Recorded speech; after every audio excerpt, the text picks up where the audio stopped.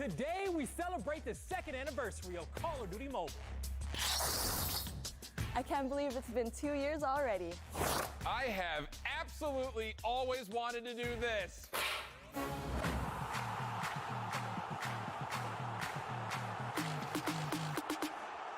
go! Woo-hoo-hoo-hoo! Let's go, baby! Hello? Clean up?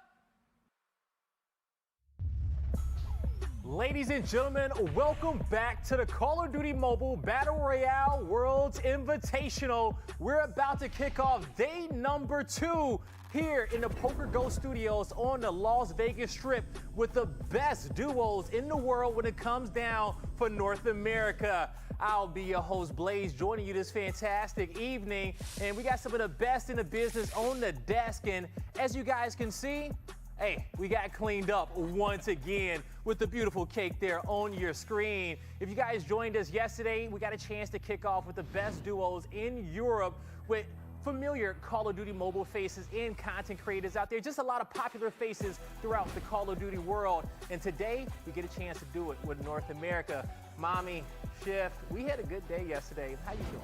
We had an excellent day, and today I'm feeling really good in the studio. A little bit chilly, but you know what? The gameplay is gonna make it absolutely hot in here. You know, yesterday, you said it already, Europe had such a dominating team. We already know it's gonna be Ferg, and so they literally said, let the bodies hit the floor. That is not going to be the case here for NA though. For sure, it's gonna be more competitive. It really is gonna be, it's gonna be super competitive today. I'm actually kind of, I'm super excited actually, for today to kick off. Chef, what's been your favorite moment so far? Yeah, I mean, it really was nonstop domination from start to finish for Ferg and Zono. 4 out of the 5 lobbies were wiped through. The only one that they didn't win was because they kind of forgot to rotate into the zone. So, I mean, I feel like that might be something we kind of see today just because the new map is in play. We'll talk more about that later. But outside of that, you've got a lot of top-tier Warzone players. So I think I agree with both of you that this is going to be a much tighter game when it comes down to where the standings are. Ferg absolutely dominated yesterday, okay? He only got killed by Narcs, so shout out to Narcs if you're watching. Only person to kill Ferg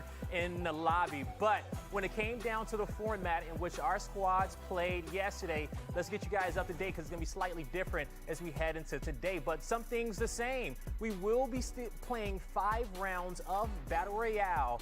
And but today, instead of 20 teams, we're gonna have 25 teams that's gonna be that's gonna be playing with content creators and pro players. We're gonna have 40 points for first, trickling down all the way to 0 for last. We'll give you that breakdown in just a bit. And it's also gonna be 5 points per kill. So you're gonna have to make sure you are out there slaying and you clean up the kills for the squad. But that's the format, folks. Where are our duos gonna be playing? We're going back to Blackout, all right? A popular fan favorite out there, but why is it? Because Blackout, it has some of our most iconic Call of Duty maps mixed into one. Now, this version of Blackout is different than one that you guys have probably seen before in the past. Chef, Mommy, break it down for me. Yeah, like we've been saying since yesterday, this map is absolutely crazy. Just because of the cover, you're not going to have a lot of that compared to Isolated, the map that we all are really familiar with in BR. But here, it's going to be having a hard time, especially with the cover. But not only that, there's a new thing too. The fact that you are going to be having a medic player in your team is going to be essential because that's the only way that you can actually go and gain your HP. So no more adrenalines, no more first aids. So a lot of these players are going to have a different strategy now. And the thing about all of these famous places across the CODverse is those are your main POIs. You don't have things like Stadium and Downtown that encompass a third of the map. No, you've got just firing range. You've just got things like Raid as part of the estates. But on top of that, kind of replacing into the adrenaline, there are some things that we need to be taking a look at as far as where the power spikes will lie in Blackout. Kinetic being one of the biggest ones because it gives you that large heal. It also helps you fill out your full armor slot with that extra 4th slot. So the importance of loadout drops. We'll also be talking a lot about the chip stations and the upgrade terminals that they're going to be throughout the map. Those are really, really important, and those extra objectives could lead towards a lot of extra fights. All right now, folks, we got the format, and we also know the map that we're going to be playing on. But who's going to be playing? Well, here is our list of pro players and content creators that will be playing in today's tournament. And I'm pretty sure you guys see a lot of names on your screen and what you're familiar with. Mommy, who are some of the ones that stand out to you? I mean, I can't even choose one because of how stacked this list is. You've got Kyle, you've got Yanrick. Those are your two main BR content creators that we have here. And last year, I know we already had a few months ago in the BR duo drop-in. You know that they're going to be absolutely crazy here because they weren't able to play last time. So a lot of Warzone players here, Shiv. I'm pretty sure you're more familiar with that. Yeah, tons of top-tier Warzone players as well. It's not just, some people that sometimes get invites. We're looking at some of our top overall earners across Warzone. So, yeah, obviously very different, not only because it's a different map, but how good are they going to be with their fingers on phones and not on controllers or mouse and keyboard. So there is something to be known as far as, what will the skill gap look like because of that. But due to the fact we've got more centric BR players, I think it's going to lead to more competitive lobbies from start to finish. Ooh, I hope you are right about that one because we saw the stomping yesterday, but I don't think it's going to happen today. So with that being said, let's hop into our predictions on who we think is going to take this tournament. And when I saw the team list, you guys, I was looking. I was like, man, we got so many savages in this tournament. Who's going to come out on top? Well, the team that stood out to me, I got to go with the Bobbies, all right? It's Bobby Squared, B Squared, however you want to name them. We got Bobby Plays and Bobby Pop. And when it comes down to it, I think those boys are going to pop off today, all right? Absolutely. Like what you said, everyone here is really, really talented. I could literally just close my eyes, put my finger down, and that team will be really good as well. But for me, I am choosing the one that won the duo drop-in the last time 5 months ago. It's going to be Noah and Philly for mine. Okay. Okay. So initially, I was looking through the list, and I stopped at Hawk's Nest at this. Because Hawk's Nest, I'm not going to lie, your gameplay's been looking good, but that stash needs to go. That is going to make me change my mind. I'm going Little B and Envoy. Little B tweeted out yesterday that Envoy's nasty at COD Mobile, which doesn't super surprise me. I'll be interested to know if he's going to be playing with his headset backwards like he normally does. But I'm looking forward to those guys really stepping up. Yeah, when it comes down to it, Little B and Envoy, boy, that's a duo right there, right? Now, it doesn't matter when you start playing Call of Duty Mobile, but hey, it's been kicking off since October 2019 when we launched internationally across all mobile devices. Then our 1-year anniversary with the release of Alcatraz, which was super fun. And then you go forward, January 2021, it was the Fight for Humanity event where we reset everything back to square one. And then September 2021, Call of Duty Mobile announces the release of Blackout. And we are here today. And folks at home, hey, if you guys ain't played Call of Duty Mobile, do two things. One, go to the description, make sure you download the game. And number two, make sure you follow the channel if you've been enjoying all the Call of Duty Mobile esports. Now, when it comes down to just Call of Duty Mobile as a whole, as we're here with our 2-year anniversary, it's always fitting to have the queen in the building who's been here since day number one. Mommy, what has been some of your favorite moments? There have been a lot of moments spread out of the 2 years that we've been here, but honestly for me, it's stage 4 and stage 5 of the Masters going into the regionals this year. It is going to be the first MP tournament that we're going to be having today. And of course, BR, come on, we are going to be having the new map as well. I'm going with as recently as yesterday being one of my favorite moments. Because I think when you look at the scheme of the history of COD, winning 4 out of 5 lobbies is not easy to do. Because, the lobbies were not soft yesterday. There were some really good competitive players, but Ferg and Soho just made everyone look absolutely silly. So that's unbelievable. It's not just winning any 4 out of 5 lobbies, okay? It's a check on the line, folks. It was $100,000 on the board yesterday, and they showed up to play. I told you we will show you guys a more detailed version of the format, and here you go. We got 40 points for first, but look at that total breakdown. You don't want to fall in 25th place to get 0 points. Now, Shift, you were talking yesterday, especially when it came down to first and second place. That's not just a difference of 10 points. That's going to be 20 because you got to get those kills. Yeah, and look, we saw full squads fighting each other in that first and second position. So it really often was not just the 10 for the placement, but the extra 10 that you get because you killed both of your opponents. Now, the thing that we continue to kind of wonder about, and we maybe didn't get an actual depiction of it yesterday because Ferg and Sono just ran through everybody, but they were finding on average about 13, 14 kills. The next closest was like 7. So you times that by 5, that was where the wealth of their points were being earned. Will that still hold true today, or will the competition be a little bit more even to where the kills are going to be a little bit more level when we get to the top 3? All right, we'll see. Now, what are they playing for? $100,000. Now, yesterday we had 20 teams in that tournament, so everybody walked away with some money. But today, 3 teams, they're walking away with nothing, mommy. Oh, take a look at that cash money in that 1, 2, and 3. You want to place yourself in that top 3 to really get that. But you know what? The difference that we saw today compared to tomorrow, take a look at your right side, 23 up to the 25th spot. You're getting 0. You're going to be broke by the end of this tournament, but you're going to be leaving with a smile on your face, right? A smile on your face indeed. Now, folks, as you guys can see, we have the format. We know the map in which we're playing going. All right, we know the players in which are going to be playing in our tournament. And now the stage is set. And as we're about to kick off day number 2 of the Call of Duty Battle Royale Worlds Invitational, I'm super excited. We guys, I hope you're having a fantastic time at home. Round number 1 is about to be underway. So make sure you guys go hydrate, get your favorite snacks, strap yourself in, because it's about to be a roller coaster of a ride. I promise you that. So without further ado, Cassius, take it away. Yeah, thank you, Blaze. Okay, so again, if you did not tune in to any of the other regions or particularly to the show yesterday, the one thing that we very, very quickly learned was early kills were kind of hard to come by. Now, how much of that is a product of the fact that we were at 20 squads yesterday, 25 today? Well, we'll find out. The other thing we kind of saw was a lot of attention over through the middle of the map. Obviously, firing range, Rivertown, they were big POIs when it was back in Black Ops 4.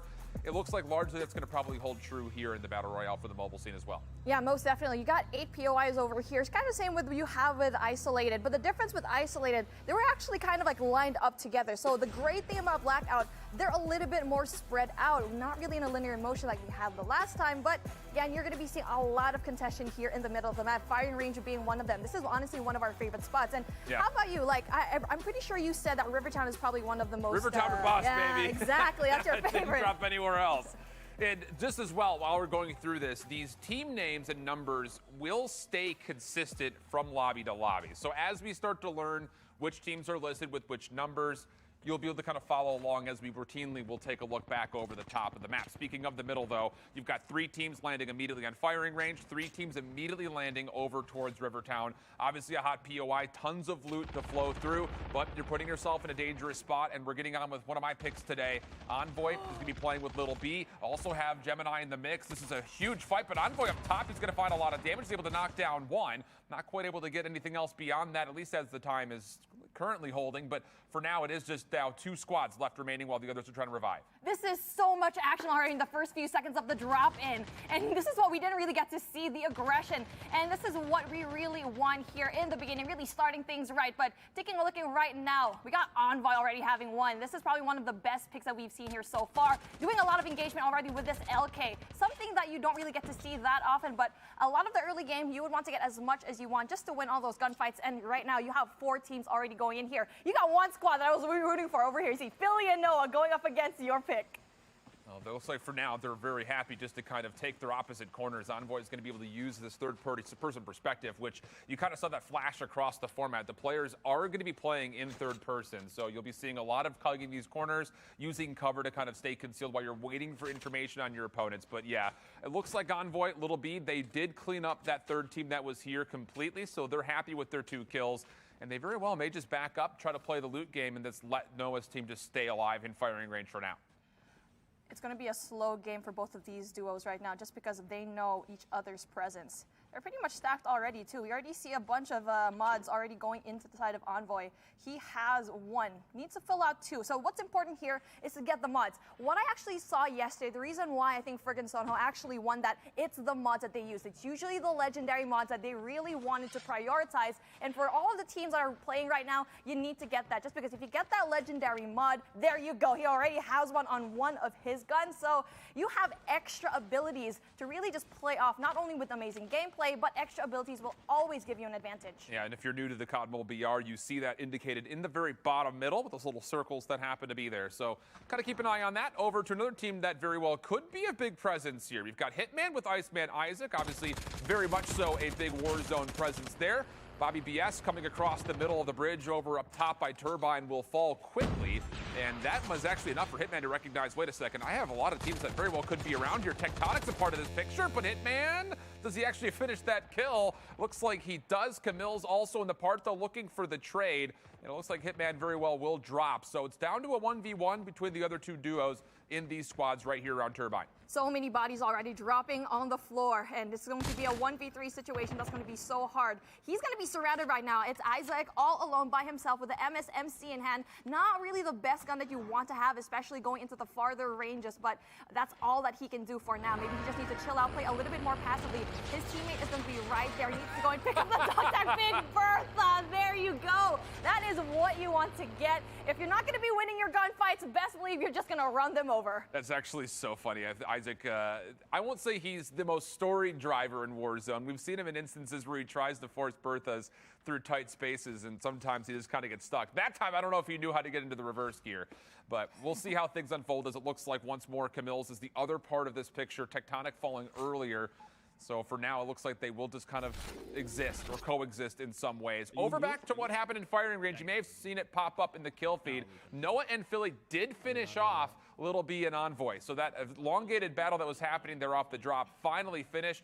You kind of see it there in the kill feed off the delayed POV from Bobby Pov. So that's kind of what had happened there, and an opportunity to now reap the middle of this circle, which looks like where they're based off, they should be fine. Not a long way to go to get into the next zone. Now, it makes me wonder who they actually were able to bring down over here. I'm not quite sure. We didn't get to see Envoy it, but oh, really? Oh, that is just unfortunate. We had high hopes of him, but you know what? It's okay. Noah, the reason why I actually was able to choose them for my pick, they won that duo drop-in. I watched their gameplays, and they were absolutely just on point with every single rotation, but that is a different map. We are in Blackout right now, and that's why a lot of these teams, even though, yes, it's going to be the first game, they're just feeling each other out, so maybe it's not going to be the case for that second game. So, yeah, we're taking a look right now with the Bobbies squared. They're just going to be a little bit more passive, only having 0, and really just playing the positioning game really well. And that's something that we kind of credited a lot of what Ferg and Sonho were doing in the late lobbies especially. Just getting themselves into a position to just work the late circles and then let the gunfights almost come to you in a way. I say that with hesitation because they were taking every gunfight they could possibly find, but that may not hold the case here. Over on the left-hand side, as we still are on board with Camille's, he has been able to bring Tectonic back, so there is a revival portion of this game. It's different, obviously, from Warzone. No gulag. You have to collect dog tags and then wait for the revival flight to come through. That's the countdown you see in the middle. But Jesse, on the other side of this bridge, here's that third-party perspective. Tectonic is also waiting for this. This is as the zone is closing, imminent fight about to come through, but you don't want to wait too long to take these. This zone won't hurt too much, but it will start chipping away at your health. Absolutely, and there's a reason why you need to go and push in very early. Jesse is going to be going down. He's going to be in trouble. His teammate goes to be the only one left, but here you go. Tectonic goes in for the kill. AK-47 is an overpowered weapon that will definitely be so reliable. And now here we go. The chase is going to be going on. Resume is going to be in the very edge of the zone. I'm not quite sure why they're not going out for him, but you know what? They're just going in for the loot. Yeah, they just lost him. In the kill feed there looked like there was a full kill by Monkey Grenade. Don't see a lot of that happening, but it was in there, so hey. I'm always good for a good estranged, unique elimination, that definitely being one of them. Band has also been popping off in the kill feed with a handful of kills. So, again, you're going to recognize a lot of these names, not just if you follow the mobile scene. Obviously, you've got a lot of the Tribe team represented here, if not just about everybody. And then the opposite front, tons of Warzone creators as well. So, no shortage of storylines for any of these players as we jump on board with Day and Bobby. Rotating in, just able to get through. They'll be on the slow side of the circle for the next one coming up, the next minute 10. But while this rotation was happening, Bobby will be fully eliminated. So it's just down to Day to hold this position from now. And now we're taking a look at what is going to happen in the zone now. Take a look at that. It's going to be right at the southwest at the edge. A lot of teams need to go and push in. Only a handful already. So whoever is going to be right there, 1, 2, 3, 4. There's 6 duos right now that still need to go and push. And right now, a lot of teams still have to yet get a lot of these guns so far. But take a look at that. They already having amazing got another one? K9 unit being pursued right now, and that's going to be really big for them. That's the second time I've seen Galadon with the Monkey Grenade kill. But I don't think he was able to get the kill. I was going to say, it showed up. That was weird. I think he may have accidentally released the dogs. That's fair. Release the K9s. But sitting outside Rivertown, they are going to be able to just walk on into the zone, no problem. Team nearby to contest them would be Sean and Ben. Sean J Gaming working with their duo here. And again, this is all about the third-person perspective. I mean, it looks like Galadon is still trying to loot up a little bit. So they're not necessarily as comfortable maybe as you would expect. You kind of, again, talk about the modifiers, none on hand here. But the slow loot process has been allowed for them just simply because it looks like they've been able to survive through that chaotic start around Rivertown. There were 3 squads who dropped here. Only them and another that are rotating in are the ones who still occupy this town. Galadon having a very interesting choice in guns. The Holger 26, something you don't really get to see quite often here, but among the LMGs, that's probably something one of the best things that you can do. But here we go. Timmy already taking those shots. Finally doesn't get one. Goes in for the takedown, but then gets traded out himself and finally becomes a dog tag. Only one more person can actually go and make the difference, and Band is going to be in a little bit of a pickle here with no armor whatsoever. 23 left on his HP, but then the AS Val is going to be able to actually go and save him just a little bit. Now that is a good presence of mind. He just went there, stopped shooting, and there you go, gets one. SKS doing such a great job at eliminating everyone. Goes in for the hill as well. Joe brought back, not much consequence there. A couple of kills tallied up, no problem. And now it's down to what happens next with this circle, because for Band and Joe, obviously you need to get yourself back to full HP. That'd be nice. But you have to feel like Rivertown is likely not going to be in the next circle after this one. It's all centered just kind of between Asylum and Turbine, which would lead us to a lot of hills, a lot of terrain, but not a lot of buildings. And the last thing you want to be doing is trying to run across these bridges when there are a number of teams who are going to be waiting to try to gatekeep on the opposite side. So we'll see what happens with these rotations. Back over towards Galadon's position. It's actually B-Nates and Noobs who are in the mix, part of TBE right there. And they're in a pretty solid spot as well. Again, still in the zone, but eventually you feel like they will have to rotate. There you go, K9 unit again deployed. That is going to be a really key information for this side right now, 25. This duo, it has been a little bit passive here so far, doing a lot of engagements, not having any kills to their name, but there's still one more. Here we go, another team goes in their tribe. That's going to be very hard because Ban is very known in the community to be very aggressive with them, but K9 unit doesn't really get a lot of that information, so I feel like he should have just waited to really just see someone before throwing that. Well, there's not going to be a lot of time to wait here because also rotating in is Noah and Philly. They're on the north side of Rivertown at the moment. So Tribe with Band already in the picture, looking for Noob. Psychosis will come through. Noob's good use of that. Will bait out a handful of shots, almost a little bit of his own bait and switch. Now he wants to go outside, make his way to the low ground. Band up top. He's not going to be able to do too much with the first player. A little bit of help will be there, though, so there's good for one knock. Second player down low is Noobs, and he might just have to run away from this fight. Again, there's no chance to revive from here on out, but Noob's still holding his position on the staircase. Grenades being cooked to be tossed upstairs, and that's actually going to be good. Oh! Joe's going to get knocked by that. Noobs will also be stolen away, and all of a sudden, Band says, wait a second, who else is still here? They didn't know Team 25 is right there below them, but then it's a good thing. They pushed in inside. They're supposed to be the ones that actually were supposed to get in there and for the death, but you know what? It doesn't really matter for them. Band, was able to kill Joe. Oh, there we go. That's why you need to use your grenades as well, but then Band is still going to be able to go there to get the dog tags, but then hopefully we see a duo push going in there. They just need to finish off Band. Well, the thing is, you only have 40 seconds. You need to rotate. That's the other big key over here, is this is what we saw from yesterday. Ferg and Soho kind of struggled. They were kind of baiting around with elongated fights for so long that they forgot to rotate, and the zone will start to hit as we get into the third. You see Yanni is actually taking a bit of a swim. Seems to have been read very nicely. A couple of tap shots will finish off, and that's going to be 3 total kills now tallied up for Team 25, and they still know, of course, that Band is still nearby behind them. And they're just waiting. The kills are actually just going into them. But then, like what you said, is right. They're so far away from the zone. Yeah. They need to find a vehicle quick and just leave them alone. But then just like that, actually goes in there for the kill as well. So, you know what? Maybe it's going to be worth it for them to get those 3 kills already. That is absolutely just insane. Being in the right place at the right time, and now the zone is going to be closing in on them. But I think they're still going to be on the clear. Need to go in there very fast, though, and really just find a vehicle so they can push in inside the zone. Over to Isaac and Hitman. High ground position just outside the circle, but they'll be able to walk in with this. But little do they know, they very well are going to be walking in to a team holding one of the few buildings that will be in this next circle. So now you got to go room to room, clear things out, make sure you're safe. And if you get caught maybe a touch too off guard, not going to happen here. Good flash will come out, but no, Agaba will actually be able to knock down Hitman. Just leaving things to Isaac, has to go to the reload. Going to be pressured from the left. Shots are good. Finds one with the Fennec. One more, of course, inside is Hitman. Or pardon me, that's Net who's back in the backside, and Isaac is good for the elimination. Good 1v2 from Iceman Isaac. He will be able to get the tags of his teammate, and in 30 seconds, we'll see him come back in. Oh, finally we get to see Hitman see the light of day yet again. Isaac doing such a great job. And mind you, Hitman is the Call of Duty mobile player here, so Isaac is doing such a great job already. Aerith and Nat are going to be going down this early on. There's 12 duos left here out of 25. A very fast game. You're only in the third circle. 14 minutes only. But here we go. There's going to be a lot of engagement just like that. Bobby Squared is going to be right inside that complex, just getting that cover. That's going to be good. They need to just stay there and not engage. 11 total teams left here as we get into the fourth zone.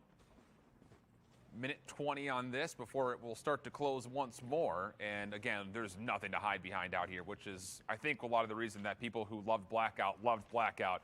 You force gunfights almost all the time. So for Team 9 with Noah and Philly, they've got Hawks, Ness, and Vis over to their right, who, at least from what we can tell by the kill feed, they've been pretty quiet. And hold on a second. Again, the random name that you're seeing right there, that's Jokesta. He's been popping off so far. Able to find one more down, at least for now. Tectonic Camille's in the helicopter. Noah seems like he wants to throw some shots into that for the time being, but nothing will amount of it, and everything goes back to quiet.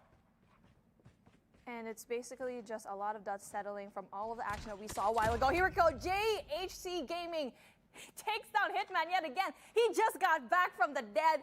Isaac already doing a lot of the heavy lifting here so far. And with the sniper, that's going to be very difficult to actually go and counter. You can see here he has that mod that's going to be very essential for him, the sniper recoil. It's going to release a lot of the swaying, but that's not going to be doing a lot of difference. But it's going to be very difficult because they have to push out of the zone already, and they're going to be hunted down. They're basically just trapped right now in a corner. Going to go outside the zone, try to come back in.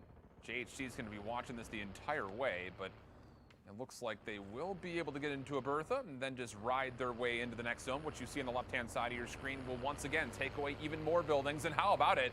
Bolu just runs right on by, nearly runs over a couple, but instead decides just, well, okay, I gave it a go. Let's play my life here.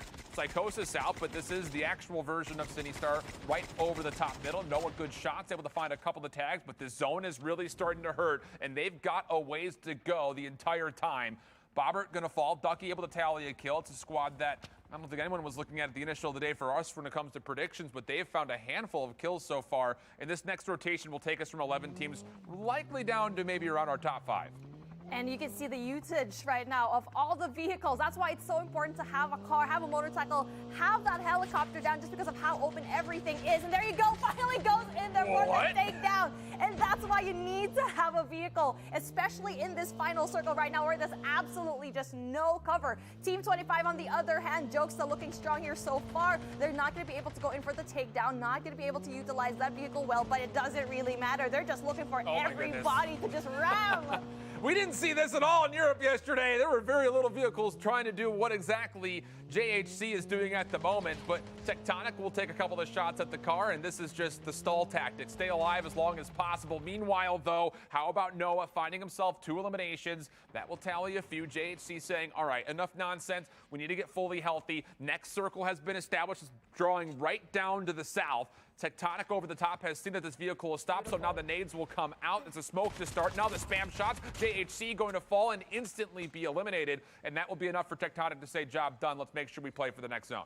Now, that was their demise. They used the vehicle really great, but no, the car, the moment they went down, it just didn't happen for them. And sadly for him, Tectonic was just right there at the right time, throwing that smoke grenade, and that's the reason why he almost won duo drop in the last time. Only had that tie game against Noah. So this guy's presence of mind, there you go, gets rid of Noah with the AK-47.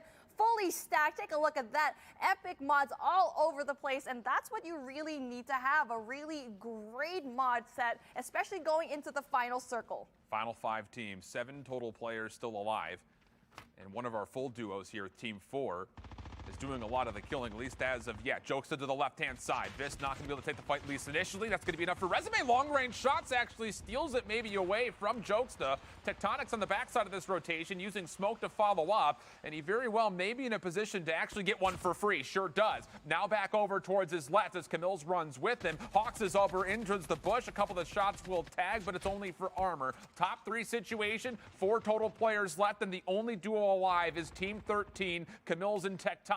Now the last 2. 2v1, and Hawk's Nest is playing behind a barricade in the bottom of the zone.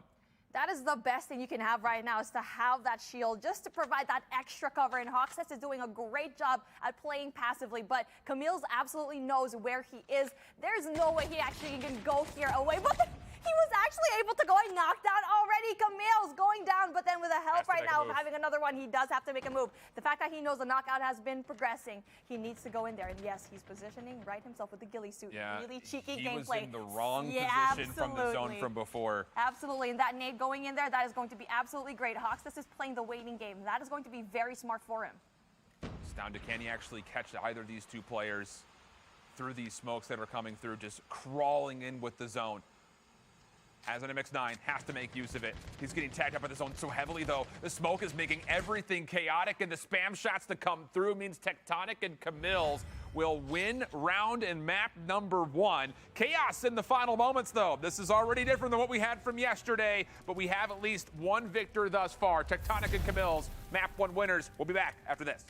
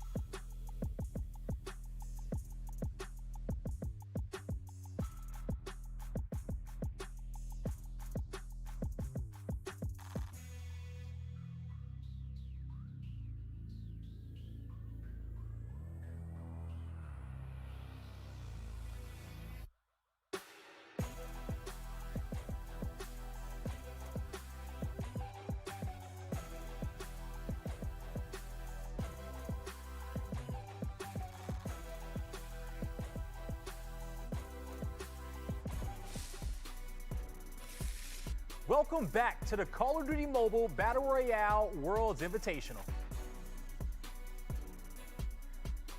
We have been celebrating the 2nd anniversary of Call of Duty Mobile all weekend long, and we thought it would only be fitting to bake a cake as big as the occasion.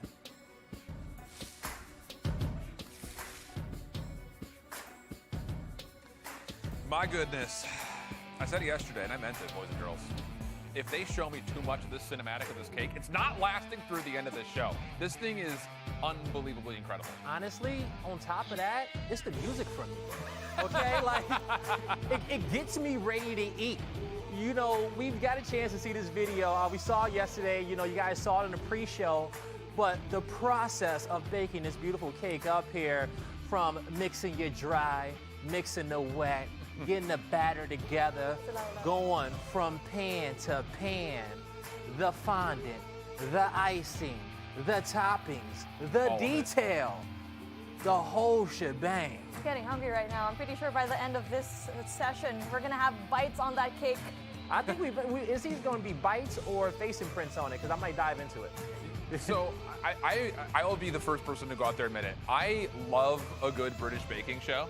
I've seen every season. Oh my gosh. Okay, good. I'm glad we're on the same page. Hey, this is not rehearsed, by the way. This is me going out there. Okay, we're bonding. I love the British baking show. And I feel like I'm a part of an episode right now. Woo! It's a dream come true, you know, for all of you bakers out there. It really is. The British baking show is a grind. It is. Okay? It really is a grind. It is nothing to be played around with, and it should be held to the highest standard in the culinary world. But this cake, though. The details of the cake is absolutely crazy. No, it's Down really from cool. the CP to the airdrop.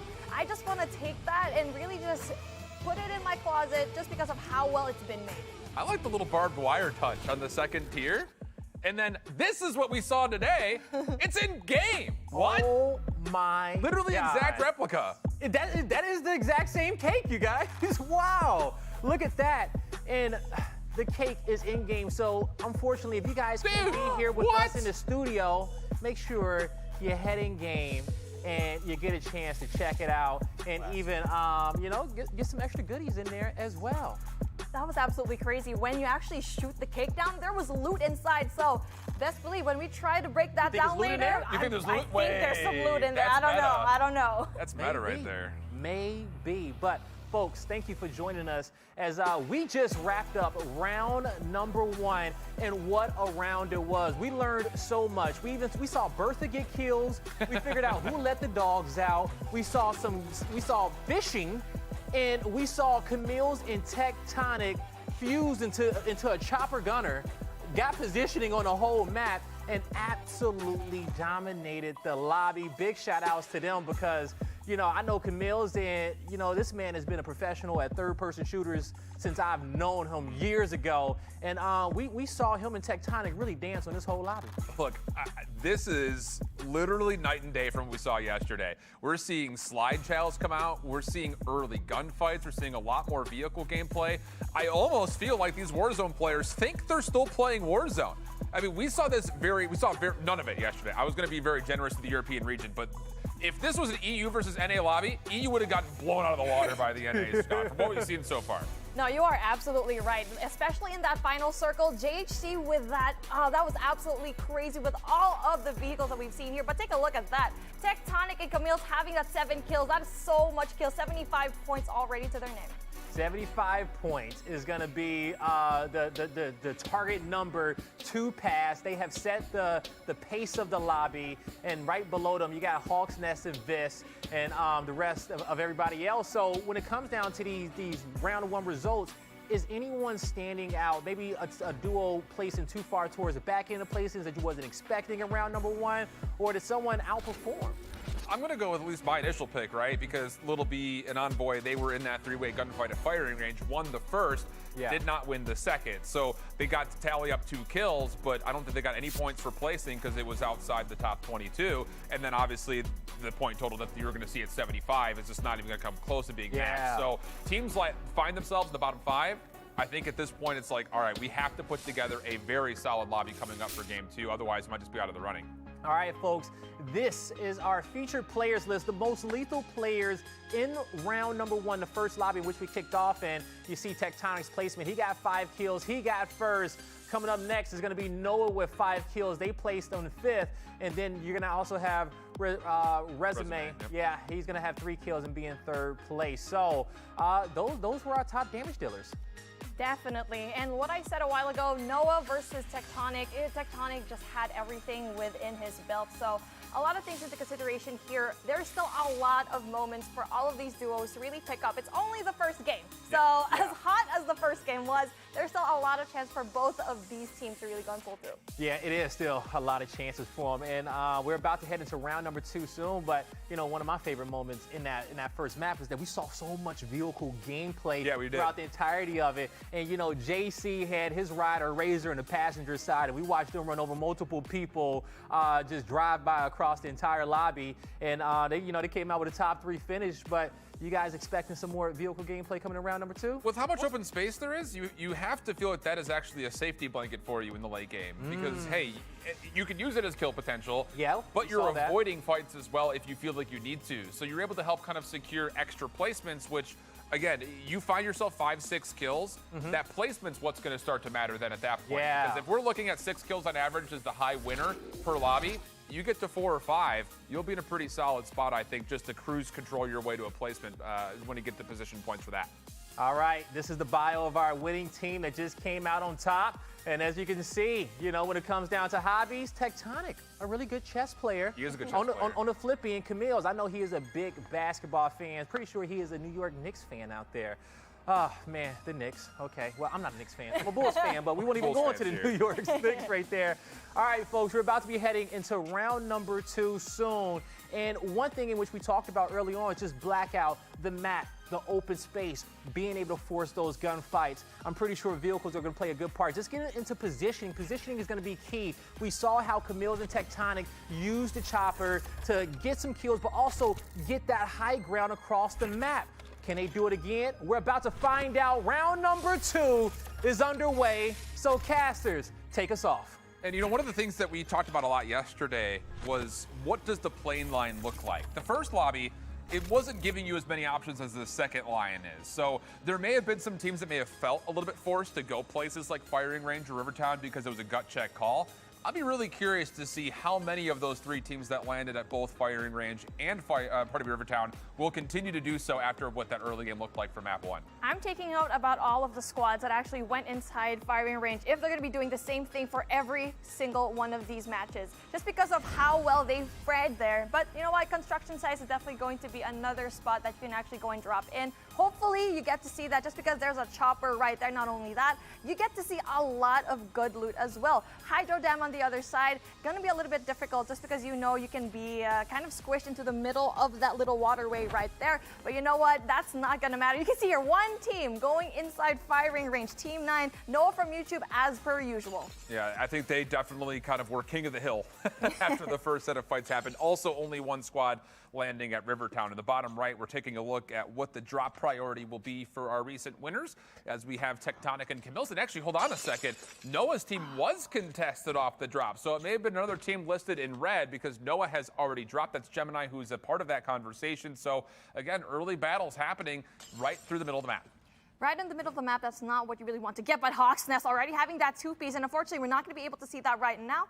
Agabu, on the other hand, Aerith, a really big name for all the female content creators, trying to make a name for herself, not only just because she's a female, but she's going to be an absolutely crazy multiplayer. But you know what? Battle Royale is going to be a different game. You saw her struggle a little bit a while ago. They were cornered from the outside. So having that third-person perspective is definitely going to be a little bit different. But if you really get to work it out well, checking corners is something that you can really use that for. Well, Philly will bail away. It does look like there was one trade onto Team 7, which was Gemini and Bo, over towards Asylum. This is where Hawk's Nest and Vis not only currently find themselves, but they were here for a while last game as well. Team outside is 22. That's JHC and Ray. They were the main kind of culprits of our vehicle shenanigans from last game. They're currently sitting inside the hedge maze. So not a lot of loot out there, but you're still in a position to stay concealed from the buildings themselves, which could be really important when it comes to them just staying alive. Speaking of staying alive and doing really great, Jokesta, on the other hand, they've been doing a really great job here so far. A little bit slow in the gameplay over here, but it's a good thing that that they're just going in there for the pickup.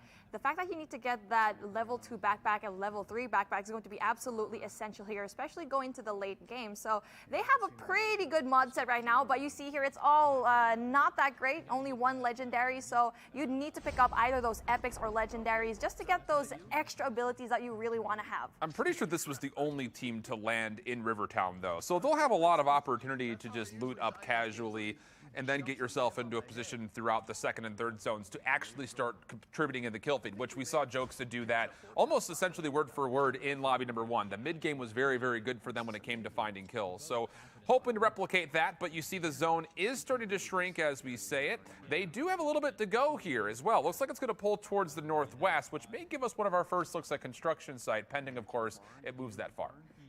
Now, the cross into the bridge, that is going to be a little bit tricky, especially since there's one more duo right beside them. That's going to be Kyle and Yanni right in that orange. You see that little dot right beside them. So they need to be a little bit careful and not be a little bit more... Oh, sorry, that's... Apologies for that, but you know what? Yes, that's going to be his teammate. With how tiny the map is, we get to really just count what we actually get to see on the screen. But let's take a look right now what's going to happen northwest on the screen, the map construction site. Now, that is going to be really good loot. Only 1 duo is actually going to be there, Sun and Bunny Fu. We haven't really seen Bunny and Sun so far in this competition, but the fact that they're going to be right there, smack dab in the middle, right beside the chip terminal upgrade, they're going to have a really great time. Next hotspot's just by density of where the map currently is. You're looking at firing range again. All these teams from the bottom right of the map are going to have to go through that direction, but also train station on the top right. Handful of teams that are making their way kind of from the Asylum area, which we currently go back on board with Hawks and Vis, who will have to be part of that rotation at some point in time. Sooner rather than later would be great, as the zone is starting to move. I mean, again, they'll have time. This zone's not going to hurt too much. So if they want to try to reap some rewards of maybe stopping off at a couple other villages to get themselves fully kitted up, that would be okay. But you have to feel like with that circle, train station is going to be a very hot button issue. And then for the teams that are rotating early, we haven't seen much of estates. That's also dead center part of this next upcoming zone. So that could also be part of the conversation too when it comes to looking at one of the more familiar places in Raid. So here we go, Philly and Noah. It's a good thing that the pickup did happen and Noah's back from the dead and now going into that early rotation into the center. But it looks like they want to go into train station as well. That is not going to be easy. 1 duo is going to be there trying to greet them with all the gunfire. So they're just playing for positioning right now, knowing very well if they stay in firing range, they might lose all the gunfights like what happened a while ago. So they get off here with a little slap on the wrist. But speaking of, it's going to be Sun. This is what we were talking about a while ago. Sun. That is going to be absolutely crazy gameplay here, especially his teammates going to be going down. Yeah, it's just Sun by themselves. B-Nate's pretty easy shots to come through. Take Sun down to critical HP. Noobs was kind of playing Overwatch just behind him. And so Sun will get at least some sort of a regen, but this fight for the loadout drop obviously has been won by B-Nates and Noobs. So huge advantage for them as we go through the rest of this map. And you have to feel like at this point, why not try to chase down this last red dot, get the kill. Sun holding the corner, B-Nates comes around, not quite able to snap though. Sun punishes immediately, gets the knock plus the elimination, and a chance to turn it into a 1v1.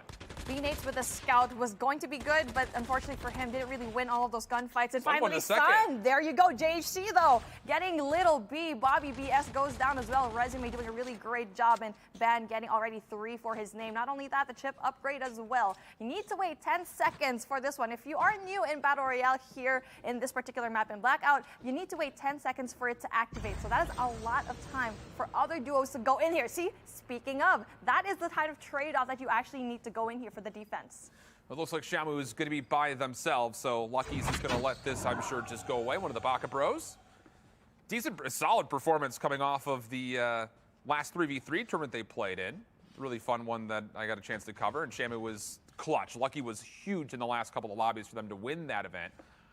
But that's going to have to be luck and a half here going into the COD mobile space with so many content creators and, of course, other notable Warzone figures as well. Isaac being one of them finds Nat around the back corner. No problem there for a quick kill. Over the top, there's Tectonic and Camille's. More helicopter runs for them, but they're out of there no problem. And Isaac and co will just have to wait to see what is the next fight. And they may have just been giving it to them as Ducky takes some shots from the low ground right into that duo. Isaac has been absolutely crazy. D Hitman also, but I feel like from the last game, D Hitman had a little bit of a hard time, but for now, I'm not quite sure how well he's been doing, but Isaac, on the other hand, has been absolutely crazy. Take a look at what we have right now, still at the top, right? Exactly. Tectonic and Camille's with that 75 total points. Ben and Joe Woe having 57, no from YouTube having 55. Jokesta, that is going to be really impressive as well. Galadon really having his duo, really having that rhythm that they've been, getting so far in this competition. Well, the 4 kills in this round, in particular for Band and Joe, was the best that we've been able to tally, at least as of yet.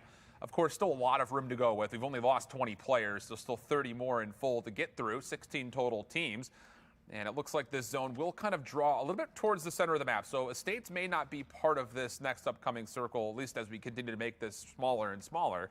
But a little bit of a Mexican standoff here. We've got 3 teams involved. Hitman up top. You've also got Team 5 here at Band and Joe. Teams behind them, though, as well. So, again, right outside of train station, there's a lot of teams trying to rotate from this POI, and it could lead to a multi-team fight very quickly. Ducky and Carbon Finn are going to be at a great position just because they have that shelter into that compound over here. Isaac, on the other hand, they need to really try to push. They do have the upper hand too as well. They have that height advantage. So Band needs to be a little bit careful along with Joe. Just one little misstep for both of these teams can mean the end of them. There we go. We see Band getting a lot of these kills. Gets rid of Philly, and Noah is going to be the only person left for his duo. And that's right down over through this building center. So you see Isaac, and maybe even hearing those shots, taking a look down that way just to see what exactly he may be able to clean up from that safe distance. But for now, looks like there will not be too much point of conflict, although there will be teams that need to rotate, and now Isaac's going to get his chance. Takes a couple of shots at Duck, but not going to be able to do too much with it outside of tag up some armor. So no problems there, but the zone is starting to creep on in, and the power position still being held by Team 11. Back over this way, though. Band is on the opposite corner from his teammate Joe, trying to get there. There's another team that's in this building. It's Noah on the corner. Noah already doing a fight. 1v1 situation, but take a look at the back end. It's going to be Team 19 yet again from up top. Docky and also Carbon Finn going down the hill. And not only that, just because you see the zone is actually going to be closing in on them, so they can actually do a third party, get rid of both of these guys, and just go out. There you go. It's going to be the defender. Really doing a great job. Band, really great knowledge of the map and all of his skills. And not only that, he's going to be able to get that heal up too. Speaking of, look over towards the kill feed once more. Sun finds another 1v2, taking down Iceman Isaac's squad. So Ducky, Carbon making their way into the circle. They're kind of taking a path that would allow them to avoid Team 5, which, again, continues to be Band and Joe. Well, the team names, as I mentioned from before, or team numbers, rather, they will stay the same every single round. So definitely make sure you keep an eye on your favorite squad. Over towards the 8-pack. Triz, last one alive. No Rad already taken down. Smokes will embellish most of this area in the front lawns. Team 18 right behind him is Path and Corey. So that's the team that he's trying to avoid. And it looks like Triz largely has been able to avoid any gunfights. It's a good thing he's backing away from the situation. That is one gunfight that you don't want to ensue. It's a good thing he also has the ghillie suit in his favor, just crawling, not giving away any of his footsteps. So Path and Corey, they've been doing a really good job here getting that one kill. So they're just going to be looting up right now, really just guarding the dog tags, not allowing Triz to retrieve it. So that is one great strategy that they have here so far. So they need to just keep that up. Does look like this next zone coming in for the third is going to take them pretty much out of the picture of the construction site and the surrounding areas of construction. So maybe will push us over and closer towards raid. We didn't get to see it at all yesterday. But we go back on board with Tectonic and Camille's as if they're giving us the 6 o'clock traffic report. Not really a lot of action for them. No total kills for the squad, but they're happy to keep playing for positioning and play for the late game eliminations. I don't know. We didn't see this at all from yesterday, but this could be a strategy that works out. Back over the Little B, able to finish off both Band and Joe on rotation. More teams nearby. Again, Team 19 keeps being in the ballpark of these fights, but Ducky and Carbon have avoided them almost every single time thus far. And that could be a little bit of a bad thing going into the final circle, because if you're not engaging, you're not getting points as well. And yes, you're getting placement points, but you need to engage. Being a little bit too passive won't win you $30,000. So with that in mind, they need to go into the aggression just a little bit, kind of get what Tectonic was at a while ago in that late game. So Sun having 4 kills already to their name, spots Little B at the distance, and one more pickup needs to go through. And Bunners is alive back once again.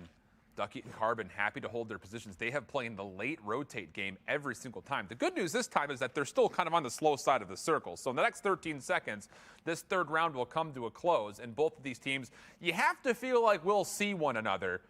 Ducky's still playing patient, though. Just kind of holding a corner. Again, third-party perspective will be allowed for all of our players. It's actually the only way they can play. And so that will give them an opportunity to kind of scout things out. And the patience, well, it is a virtue for a reason, but skateboarding away is Sun, so able to actually avoid that gunfight. But Bunners is left by themselves. Ducky's going to get a really good look at this, wants to just decide which weapon to use. And honestly, that smoke didn't really go all that well, so it gives Bunners a chance, but not quite able to fire back. Sun from the opposite corner, good spam shots, keeps Ducky low, and now him and Carbon are the ones that have to rotate. That smoke was such a bad call, really just blinding themselves already, and Sun's going to be able to utilize the scrambling all. And while they go and push into the zone, because they waited just that long, playing a little bit too passively, they pay the price, and Ducky gets rid of himself. So many misplays from that few seconds of what we just saw. But Sun doesn't get credit for that kill, I don't believe. He's still at 4. There's 5. So now you finish off the down, able to get the 5th elimination. This should be the 6th, but shots going a bit awry. Still plenty of opportunity though to finish this off.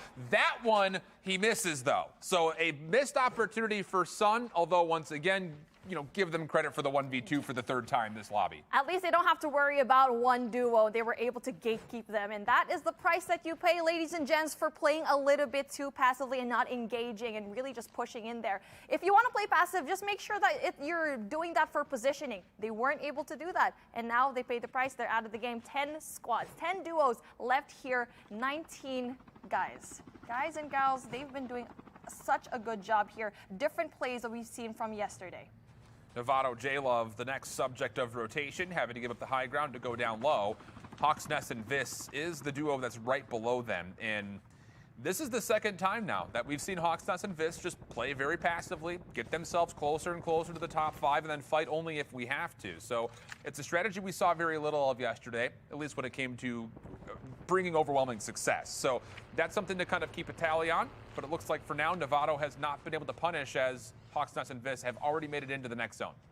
That's a good thing that even though they still need to push, they can actually go and gatekeep any team that can go in their way. Having that high ground, going to be a little bit careful going around the circle, trying to see if they can actually go and get rid of Hawks Nest right around that corner. They spot him, and there you go. That's going to be 1 shot, 2 shots. Breaks the armor, doesn't quite do the damage that they wanted, but the information is going to be there. Not only that, it's going to be that airdrop as well that gives them a bunch of that armor. Right on the outside of this fight, look in the right-hand side. You've got Envoy on the rotate in with Little B. Those shots will, of course, mean Team 4 and Team 23 are mostly only focused on one another. But now Novato will recognize the imminent threat of a third team coming on in. Little B throwing shots out, actually tags up Novato well across the top of a heady, which is being used as now this only bit of deployable cover out of what was the loadout drop from before. The only question here is, do Little B and Envoy know where Hawks Nest and Vis are? Because Envoy's making a play to run right into maybe the both of them.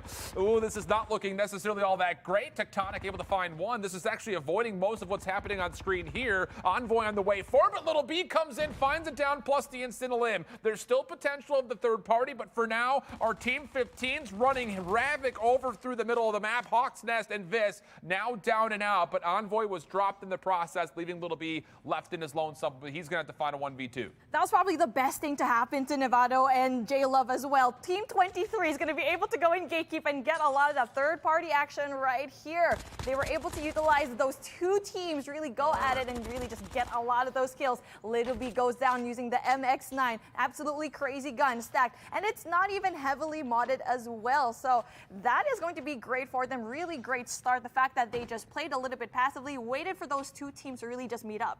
4 teams left, all of them full duos. 8 total players left in the lobby. Sun and Bunner still a part of the conversation. They're in the best technical spot as we see where the next zone is going to be. They're pretty much already in it. Galadon actually gets a really good read on Camille's and Tectonic. There goes the monkey grenade. We'll see if that will find any value. Can't imagine that it would, but definitely throwing some influence over towards Team 13's direction. And how about it? Galadon's going to say, let's try to play the opposite side of the zone. Risky rotation because you're going to have no idea what's in front of you, but they want to maybe stay away from Tectonic and co here. Interesting. So the fact that they put that grenade over there, really releasing the K9 units, distracting Tectonic, rotating the other way. That is the best thing they can do. But Nurse is going to be going down. Tectonic, even though there's going to be a distraction with 46 HP left, is going to be getting 1 kill. One more person down, though, left for Team 23. Sun is doing a really nice job with this grapple, by the way. I'll say that much. Gets out of dodge, was able to actually back off Tectonic for a while. But that'll be about it. You have to feel like Bunners is probably down and out here. Don't really see a world where Bunners gets back up to finish off this lobby with their teammate. Sun trying to at least guard for now. Bunners will be finished. SKS in hand. Shots going a bit awry. Now Sun makes the weapon swap. Tries to take on the 1v2. He knocks one. He finishes the second. What did Sun have for breakfast, and can I have some tomorrow? I bet it's going to be that cake that we have here in the studio today. 9 kills to his name. And that is just absolutely nuts. Bunners didn't really get to have that, but it doesn't really matter. He needs to go and push inside the zone little by little. It's going to be absolutely crazy. It's 2 duos left, 2v1 situation. Team 23, Novato going against Sun. Here we go, 1v1. 2 kills for Novato, 9 for Sun. Who's going to be able to go in there with the kill? Sun's trying to bait out a 1v1 engagement. He might get one. Novato's going to get tagged up. Now turning the attention. Sliding back to J-Love. The deployable cover will come through, and that will be the end of Sun's rampage that he put on. Unreal stuff, but in the end, Novato and J-Love overwhelmed, if only just barely. They win Lobby 2. Number 3 comes up after this.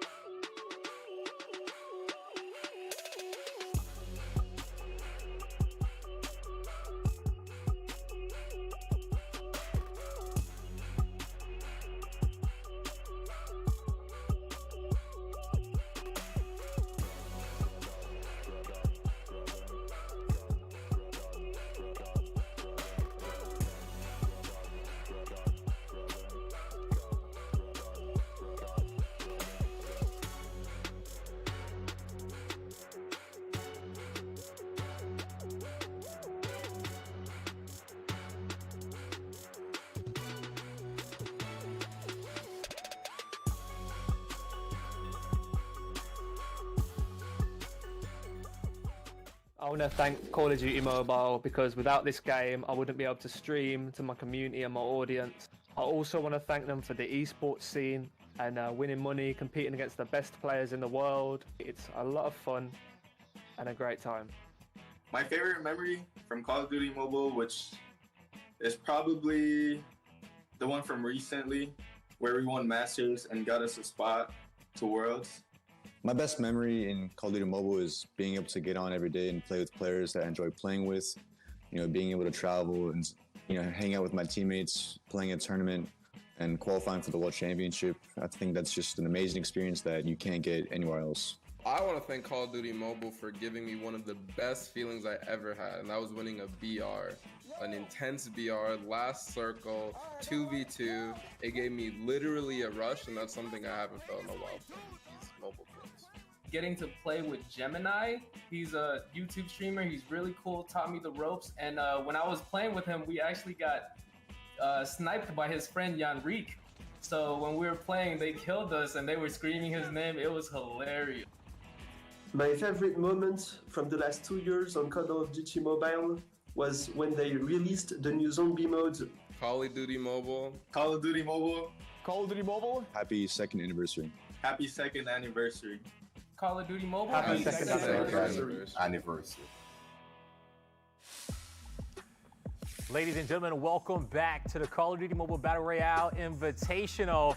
As we just wrapped up round number 2, and you know, I want to thank Call of Duty Mobile for bringing us all together and bringing Call of Duty fans together on a global scale, right? Yeah, absolutely. The COD community, like we say. COD Yeah, community. it's a term that we really like to say. So for me, my most favorite memory, I'm going to make it a little bit personal. Last year in my country, there was a team there and they qualified. And it's something that's really big because from where I am, you don't make it to the main stage. You don't make it internationally. So that's a really big deal. That the fact that this game can really bring communities together.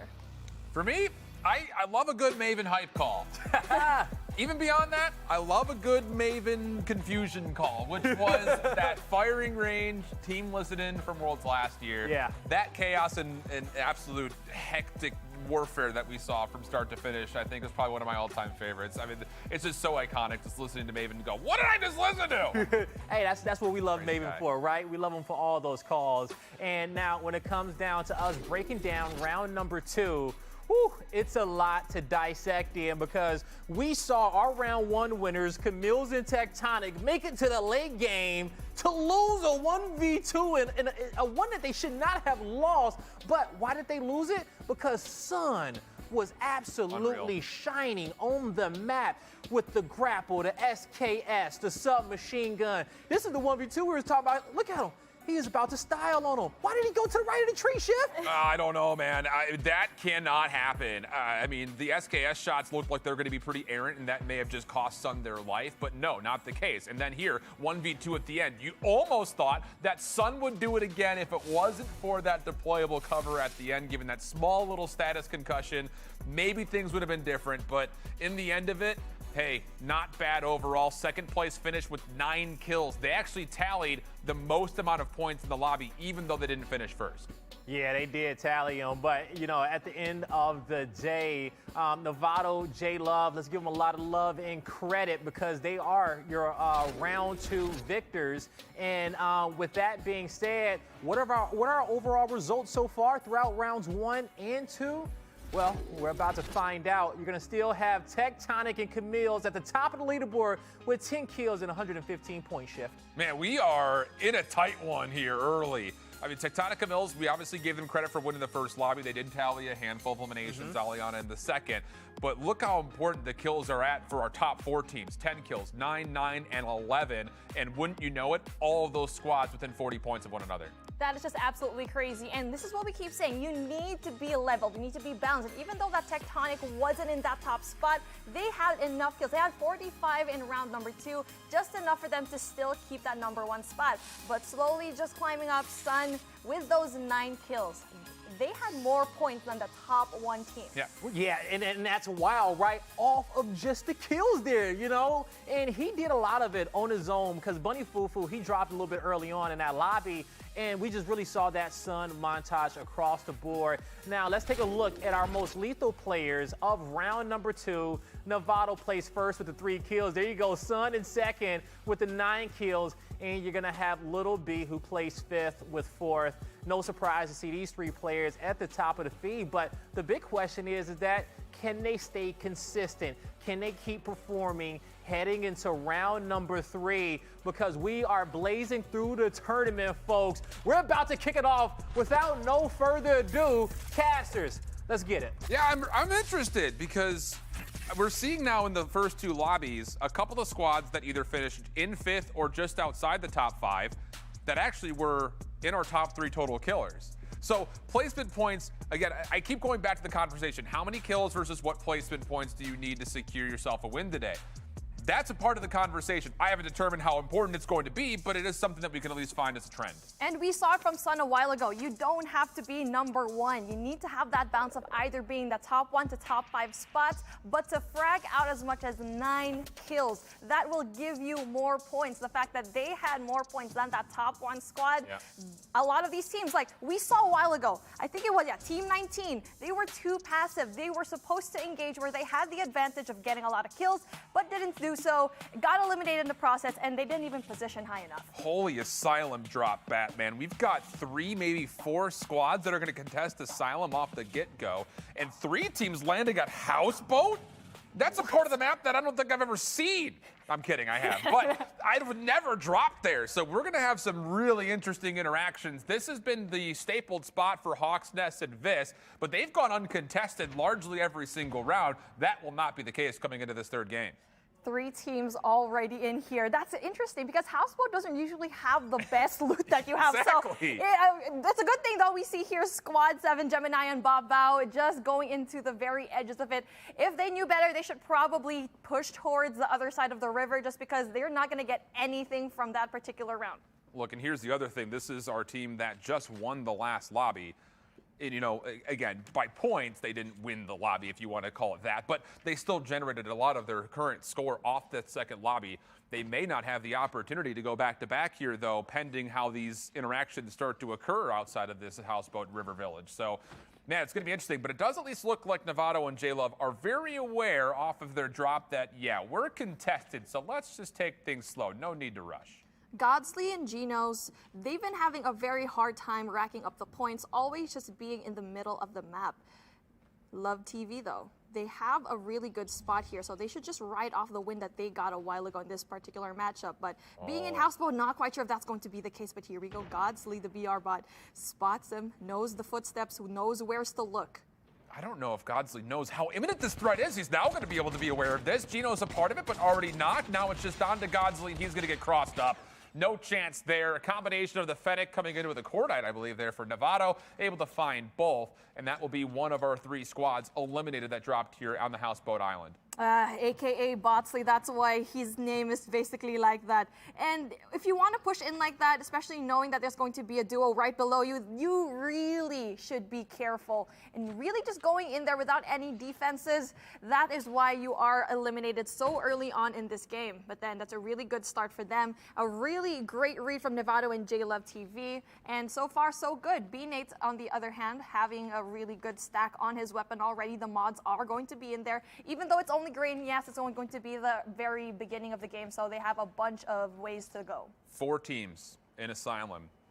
Obviously, one of them being B-Nates and Noobs. The other, as it has been throughout the other lobbies we saw off the drop, this in the picture. But how about Jessie Cooks downstairs? And shout out to Jessie. We saw her grinding when we were doing our rehearsal. She was getting the reps in.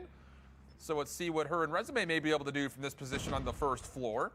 Does look like B-Nates and Noobs want to make a play. And that's the thing. When you're playing with somebody like Noobs, he does not like to sit still for very long. He's all about trying to get those kills early. We've seen that when he plays with Allman and Tommy consistently. And you have to feel like he's always playing for some sort of a win condition. And this time, it looks like they've established the win condition is, let's actually not play here. Great call. And it's a good thing that you mentioned that they don't really want to sit still. They want to get those early engagements, but not today. They felt and read the room. And you know what? They were like, we're not going to win here. Just Batman and Joker are going to be laying it out all here. But then Resume is going to be surveying the area. Not quite sure if he actually knows where they are, but they are going to be going out in the Batmobile, just trying to go for safety. And Asylum, only one more squad there. The question will be, has Vis and Hawk's Nest shown anything of where they're positioned, because with that many squads, Jesse might be making the call saying, hey, I think they left. We're good to just loot Asylum. That's not actually the case. We take a perspective over to Joe and Band. Joe in particular here, which I'm not going to lie, no bias. Joe's logo icon is one of the cleanest out of Warzone content creators. I love the look of it. Really nice stuff for this branding. Small thing. I know, small thing, but it's a really big thing, actually, to be honest. And having the clean logo, not only that, clean play here. He's been doing a really good job in his premiere in this particular matchup. Tectonic and Camille's, though. A really strong start from both of the rounds, and even though they didn't win a while ago in round number 2, they still had the points to really rack up for all of the points. But they are going to be outside of the zone. They need to go and push in. They only have 1 minute. Yes, that's a lot of points, but if they are going to be going in there, that is going to be definitely difficult to push into. They have a helicopter. They'll be okay. Also, kind of going back to the earlier comment about the Asylum, it did not look like Resume and Jesse knew that Vis and Hawk's Nest were there, as Resume did fall to Hawk's Nest. Speaking of helicopters, one is smoking right in front of our duo on hand here. This is Sun that we're on board with at the moment. And looks like for now, out of this rotation that they had from construction site, things have been pretty casual for him. No kills yet, but that's fine. It's a good thing they're just surveying the area and even applying that pressure to the helicopter, eventually just blowing things up and really taking down one person who was actually going for the operate. One thing that I'm really surprised, the fact that most of these people don't have an FHJ in hand, knowing very well that this map, vehicles are going to be used. Yeah, absolutely. I mean, it's just, we keep talking about it, but I think it's important. We saw very little of this style of gameplay from Europe yesterday. I mean, we've got duos that are putting in work comparatively to what we saw from yesterday, where it just looked like a free buffet line for Ferg and Sonhos. So, you know, this result will be much more cloudy when it comes to determine who might have even favor in the slightest bit, even though we're only through 2 lobbies. And yeah, our current leaders are up, but only by a marginal amount. Absolutely. But speaking of a team that will probably have a very hard time firing range, a heavily contested area, we see Team 11, D Hitman and Isaac yet again go up against Day Nominee and Bobby as well. But it's a good read. They went out helicopters knowing very well that it's going to be a very chaotic area. Day Nominee is going to be right around the corner here. No presence for them whatsoever. So they're going to be okay. So they're just going to loot up, have a bunch of mods stuck into their guns, but the rotation needs to come through because they're going to be at the very edge of the circle. But another team that needs to go and push again is Band. A little bit of tribe on tribe action here. Bolo right in front of Band at the moment. Zone is fine. I mean, they have 1 minute and 13 seconds, so they can pretty much choose to do whatever they so want to with this circle. And at the moment, it looks like they're trying to avoid going through this village. At least that's what it looks like based on how Band was moving. I don't know if they had a glimpse to see what exactly Bolu and Tag were doing, but it looks like they're thinking, this might not be a gunfight we want to take at the moment. Yeah, that's a really great call from them as well. They know where they are just because they keep looking back into the particular house where Sir Taggy and Bolu are. So take a look at the points that we have over here on the left side. Tectonic and Camille's yet again with 116, but look at that number 2 spot. It's Nevado and J-Love TV with 97. Only a few points. You only have around like 20 points in between them. So that is not going to be a very comfortable spot if I were Tectonic. The early 4 kills definitely playing a factor, and how about it? Very well, maybe more waiting, as Nevado and J-Love are the monkey in the middle right now between these 2 tribe members. But they are also the team that has the only double-story building in this part, although Band, this is the time. It very well maybe they jump into the berth, and Nevado not able to get into it, but is able to blink right back, so stays safe, at least from the initial engagement. I like what I'm seeing with abilities that they've been using. The time turner was used to the perfection. You can also see Scout as well, something that we really didn't get to see yesterday. They had medics, yes, they had ninjas, but that was about it. Defenders even from time to time. But you see the quality and the differences of all the abilities of all of these players so far. But take a look at this. Nevado spotting one player already. Bolo going to be in trouble. Well, this is the thing. You also have Band on your left side perspective. They're trying to third party this, but are they going to get here in time is the question, because the fight is already ensuing. J-Love tagged down low. Band not able to get there in time. So now it's back to a 2v2. Bolo feeling good about himself. Wants to take the fight, but will fall. Band able to finish off the elimination. One more to find. It's Taggy, and Band absolutely knows he's got to be stuck in the zone. The big question here is, does Taggy just sacrifice his life to not give away a kill, or do you try to run into this 1v2? Because this second zone's not going to kill you, but it is chipping away at the moment where Taggy can't heal up. It's a really good play by Taggy, and that's the only thing he can actually do. Death is going to be right around the corner, but Ban is not going to allow that to happen. Really just applying that pressure ever so slowly while they back away. They still have sight of the dog tag. There you go, spots Taggy, gets a lot of those shots on. He's going to be in trouble, and there you go. 1 by 1, but doesn't really quite get the takedown just yet. Only 37 HP, though. Every tick is just soaking away 1 health point. Oh, man, there's just nowhere to go. Taggy's trying to find armor plates. It looks like he's got maybe 1 or 2 left. Also able to chew up a bit of a heal here. That's going to keep him alive. He's doing whatever he possibly can. He's running that medic class, so he can actually heal through this zone and completely reset. And in all the meantime, I mean, hey, Band is continuing to be pushed away by this circle, so Taggy has gotten a 2nd, 3rd, 4th, 5th lease at life at the moment. That is why he's so confident in staying. I was kind of wondering, okay, what's his class? He's a medic. Okay, that's why he can go in there, probably get the pickup of the dog tag and revive his teammate. Really great pressure just applied by Ban. Having 1 kill, a very essential kill, 5 points. And even though he doesn't get that takedown, it's still very important, that 5 points. But Ban needs to go in there. Worries about 1 more. Bobby squared. Yeah. Bobbert in the house taking shots down to Joe-O.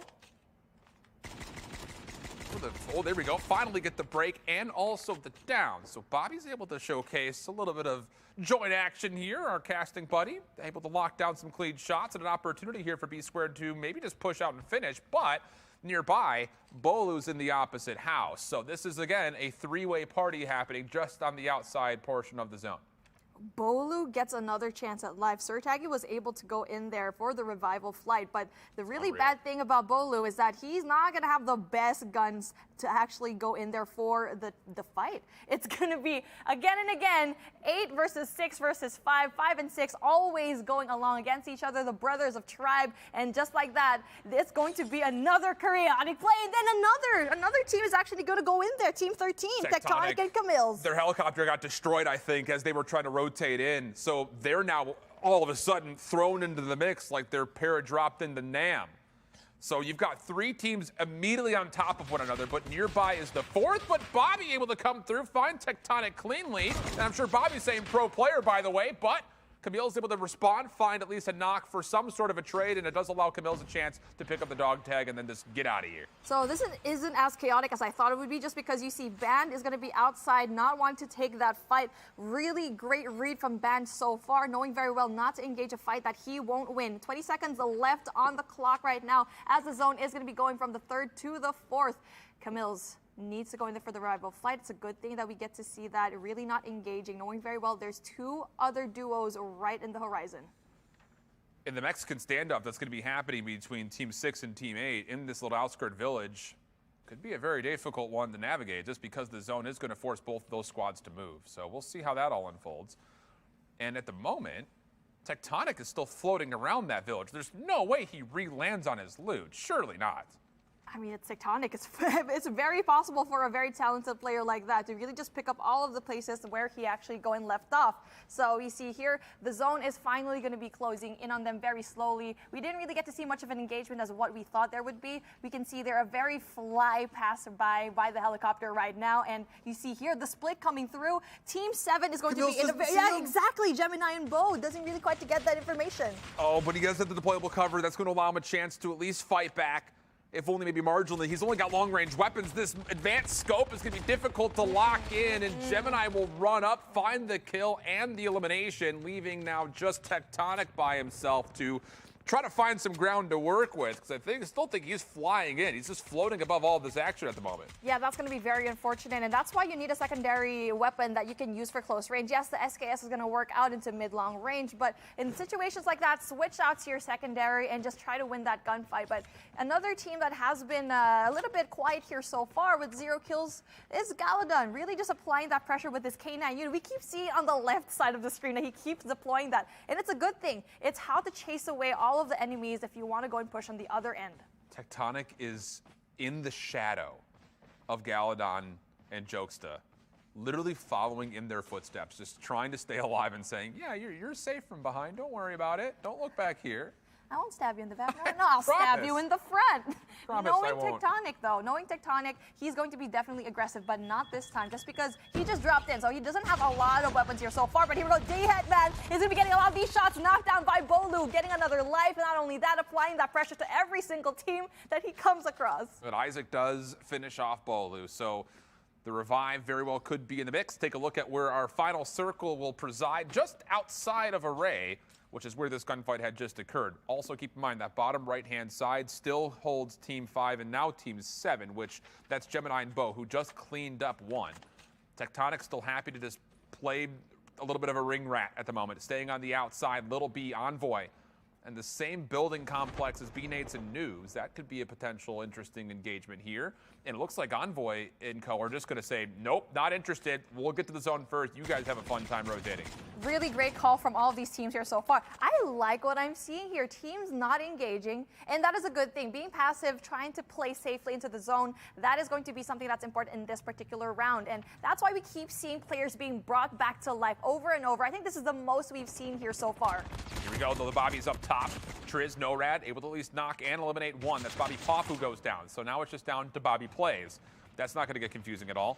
No, absolutely. Envoy and Little B, opposite side. They're running over. They hear these gunshots. They're trying to take the high ground away. Triz is going to recognize this as NORAD will fall to Little B's hand. But Bobby, he'll be taken down by Envoy. Now Triz is left by his lonesome, and Little B and Envoy are not done yet. They want to try to flush out this last elimination, then gain this entire side of the zone. Envoy not ready for it, though. Does get tagged up just a touch. Also falls. Little B, where are you? How have you not helped your squad mate yet? Finally, the kill will come through, but Envoy needs a res, and the zone is right on top of him. That is why you need to go in there for the engagements, and they chose to actually go and choose that. Got a bunch of kills, but no one from YouTube is actually going to be right around the corner, right above that hill to pick up all the pieces that were left here. Philly gonna have one more spot here. Little B is gonna be right around there. Finally gets a spot, finally gets that kill. The smoke gonna help him though. Oh, great. He gets out of it, but no one.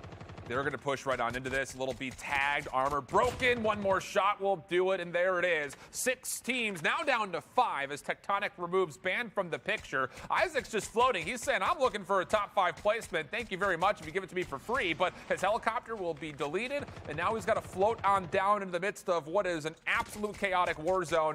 No chance here whatsoever for Isaac to stay alive, and we're down to our final 3, all of which are duos.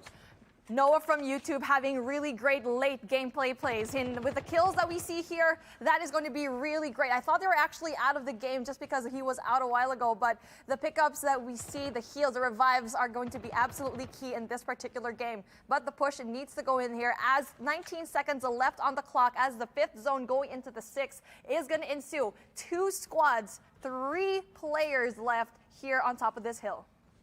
And honestly, for Noah and Philly, a late rotate into this zone is the best play available because of this giant slope that you have. So wait for this gunfight to unfold and then see if you can force the issue. Here they come from the backside, but the cleanup is not going to be there. Jokesta finds B-Nates on the knock. Noobs does not have armor, but it does eventually get the full elimination. But here's Noah and Philly, quick to try to follow up. The res is trying to be stuck. Noah and Philly don't have an angle at this as of yet, and no grenades to play with. Noah doesn't know where they are. Come on, go and push already. There's only a few seconds left. You're only a few meters there. You have the high ground. You have the advantage. Only the tree is going to be providing that cover. Noah needs to go and push here a little bit more aggressively using the MX9. There you go. B-Nates spots him from up top, but Noah needs to go in there and push. The defender is going to be going down, though, applying that defense. Noah just waiting for the opportune time. Now sees the angle on the Noobs. Finds one. Lines them up and collapse.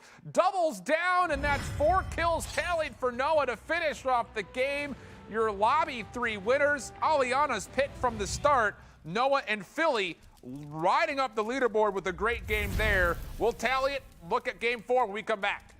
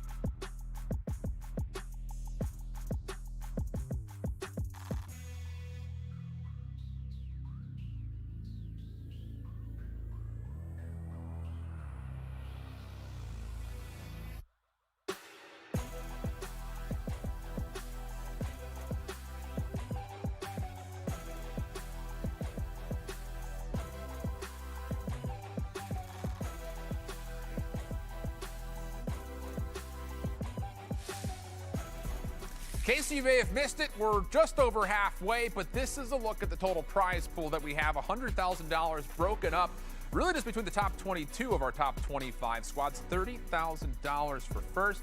And Blaze, you got more for us, I know. It's so hard to believe that it's been 2 years since Call of Duty Mobile hit the gaming scene. And throughout that time, there has been so many amazing moments that we have got a chance to witness. So we thought, hey, you know what? Let's go to the players and see what were their best moments. Just be the freedom about how I'm able to play the game. You know, I can use the weapons I want. I can literally choose some of my favorite all-time classic maps in Call of Duty Mobile. And if I just want to play that map or that mode all day long, I can do that. The thing I like about Call of Duty Mobile right now is that all the classes have different hero abilities. Like, I think that's really cool.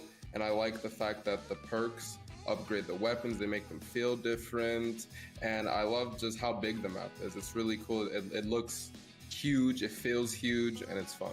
My favourite thing about Call of Duty Mobile is being able to play in a ranked game mode against really good players and being able to pick my own loadouts, my own skins, and play against the best people in Europe. It's such a really easy access. Everyone with a phone can play. Plus, the game itself is really fast-paced. Call of Duty Mobile, I've never been bored since 2 years ago when I started. What I like most about Call of Duty Mobile is its accessibility. Since I'm always on my phone and I have it everywhere, I can play it whenever, wherever I go. The reason why I love Call of Duty Mobile is because it's like the best FPS game on mobile to this current day. Man, oh man, we have been having a fantastic time here at the Poker Go Studios in Las Vegas as we have been celebrating Call of Duty Mobile for the 2-year anniversary. And there's been so many awesome moments throughout the weekend, you guys, and even so far throughout the day. We just got done wrapping up round number 3 here in our Battle Royale Invitational, and we also got a new winner. And there's so many exciting moments to be able to break down in this highlight reel, Schiff. Yeah, from start to finish. We had 4 teams drop houseboat. What? What in the world? Things I never thought I would ever say in my life about the Blackout map. That's just how wild things are getting. But look, we've talked about the vehicles a lot, right? We've talked about the early eliminations and kills a lot. But we're seeing a lot more use of different operators with kind of specialist abilities so far today, Allianz. I was about to say that we have more utilities in all of the operator skills and classes than compared to yesterday. You have obviously the defender, which everyone uses. The scout, on the other hand, we see a lot of the cluster strike, and a lot of these things are really important in different situations, and that's why you need to have different types of classes here. Not only that, the other thing that I've noticed here is the decision to disengage. A lot of these times, we see a lot of revival flights here so far in this round. Yeah, and you know, when you talk about the classes, we even heard Ducky say in the video, he loves COD Mobile because he gets to play it how he wants to play. He gets to use everything in the game, very little restrictions there, and it also creates for some exciting moments. And once the dust settled in round number 3, as you guys are gonna see, it's that guy Noah from YouTube in Philly at the top of the board, 50 points. 60 points, leading the pack there. But, you know, we saw it in our last round 2 results as well. Even the team in second place had more points than the team in first. And now, even though Noah and the guys, Noah and Philly, they placed first, hey, right behind them, okay? You're going to have Noobs and Co. There with 60 points as well. So you're going to have to also be finding these kills and not just trying to survive in late game because those kills are worth so much shit. No, wow. Look, dude. Oh, all the way down to 8th. Look over to the other side. 93, 90, 83, all the way down to 11th. You're still in this tournament. It is not that close. No, not at all. It is close, though. It's I was sarcastic with that. Yeah. It's really close. Like, here's the thing. We just got off looking at 2 teams that secured 60 points. So you always have to look at that and then look over to who's within 60 points of first. You're all the way down into the 11th position, really. This is tight. This is a tight race, a lot tighter than we saw in day number 1. But I will say one thing to note, even with them falling early in game number 3, Tectonic and Camille's are still at the top of the leaderboard. Yeah. But they're going to have a good performance here as we head into round number 4 if they want to keep building off of that first place that they got. Now, as we get ready to head here, going into this next game, you know, Mommy, who's one team that needs to step it up here going into round number 4? I mean, I think it's your pick, man. I mean, Hey, they're in the top 8 right now. Top 8, but then they still need to do it just a little bit more because we were hyping it. We were warming up, yeah. We are going into our 4th matchup, so there's still a lot of points that can actually happen here. It is, and so in reference, Shiv's pick to kick this one off was Little B and Envoy, professional players in their own right in the Call of Duty mobile scene and the CDL scene as well. But as we head into round number 4, we'll see if they can pick up the pace and get up there towards that top 5 in the leaderboard. Shiv, Mommy, let's get it. I can't believe you guys are coming up my pick like that. Blaze's pick is in the lowest position right now. Shame on you. I mean, you hyped it up so much. I did hype it you up. really hyped it up. But you know what? High expectations for all of these teams, but I still believe that the teams that are going to the bottom 10 can still actually go and pick up. We keep saying this matchup, NA is going to be more competitive. Look, I'll say this much as well. I'm just going to throw it out there in the universe. Universe, feel free to pick it up and run with it if you want. Sun has gotten every single kill for their duo, and they are still, I think, in the top 5. If Sun were to find a way with Bunny Fufu to win this event, I'm going to ask Sun to sign my first baby's forehead right out of the womb, because that is unbelievable. Bold of you to assume that you are going to have a baby. True. I mean, okay, wow, you're really putting on my sock twice now. How about a car? You know what? We're firing shots over here, but we're having a great day here so far. What is the best thing here?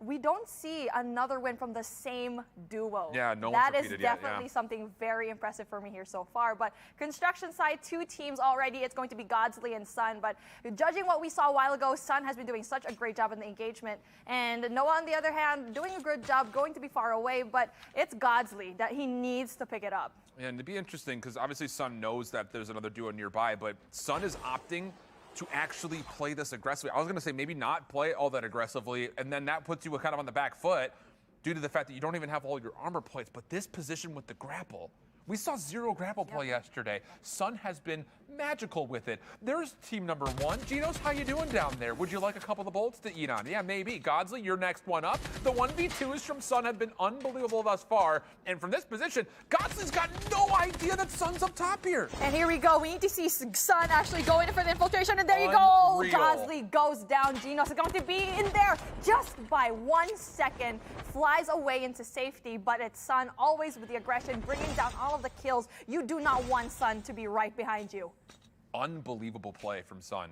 That's the one thing that I think, you go back to the people that were avid Blackout fans. They loved the mobility that you had with the grapple. Obviously, it's making its way here into the mobile version of the game, and Sun is reaping the rewards of using it very, very wisely. And then eventually, we'll get that kill onto Godsley. Did Godsley fall to his death? I think Godsley just... No, he wasn't revived, that's why. So his health the full was just duo depleted. gone, isn't it? No, no, I think there was one more person. Yeah, it's one more going down there. Oh, there he is. Yeah, right at the very edge. Not even going in there for the health and for the assist. But again, a really great start from Sun. And the reason why the grappling hook is just so good for him right now is because they're at construction site. That's probably one of the best spots to use that. You don't see that a lot here because it's going to be very open, and you don't really get to use that in the late game, especially if it's going to be a very open site. Take a look on with Jessie. Like we mentioned when we were going through our rehearsal day, we got a chance to see that, hey, she was grinding out this game with, I believe, resume. So, I mean, they're getting the synergy, the chem together, but they're going to need a very solid placement and a lot of kills tallied, because right at the moment, I believe they are still outside, sitting in the bottom 10 at the moment, which is obviously not at all where you want to be. Over to Moralto and Lucky, just inside of Rivertown here. Looks like they understand that there very well could be a threat nearby. Hard to really read it at the moment. K9 unit might give us a little bit of information saying, yeah, there definitely is some threat nearby, so we'll see how this fight unfolds. Yeah, there was a threat, but I think the threat is going to be driving by into the bridge of Rivertown, and I'm not quite sure if they're going to stay because we don't see it go all the way, so they probably stopped there, went down the vehicle, and tried to see where the gunfire actually going ensued. So Moralto, a big name into the MP scene, a really talented sniper, and hopefully he gets to pick one up here. Trying to listen in, doesn't really sound like there's a lot of sense of urgency here. 100%. But, oh well, back into Rivertown, say let's not wait too long. Let's just make sure we're reaping the reward of being in such a high loot area, get ourselves set up for hopefully what could be a very great game for them, which they also very well may need. That's the thing, we've got 11 teams that were within 60 points of one another. Anything can happen. So, on to the POV of Sun. I think that, well, whatever his stream package is, it's probably seen maybe better days, but hey, it's working out for him so far. Just the 1 kill, but that's, I think, like 12 or 13 in total that he's been able to provide. I mean, he's been the biggest demon so far throughout our first 3 lobbies. Absolutely, and they're going to keep a hold of construction site, especially with the ninja in hand. Especially if the last circle is going to be there, definitely we know how much of an advantage they are going to have. So it's going to be Envoy and Little B yet again struggling to have that round 3 win. So they need to pick up the pace, but it's going to be very interesting how they can actually go and respond. But we're taking a look at Noah from YouTube and Philly. Oh, but they are being engaged right now. K9 unit goes down, but they don't know where it's coming from. Interesting position to be in here. You've got the ability to watch over one of the bridges that Rivertown would be able to use to get across, but you also have a lot of different barns, corn stalks, things like that are definitely going to be part of the conversation if they have to rotate, and I say if very selectively because at the moment they look pretty comfortable.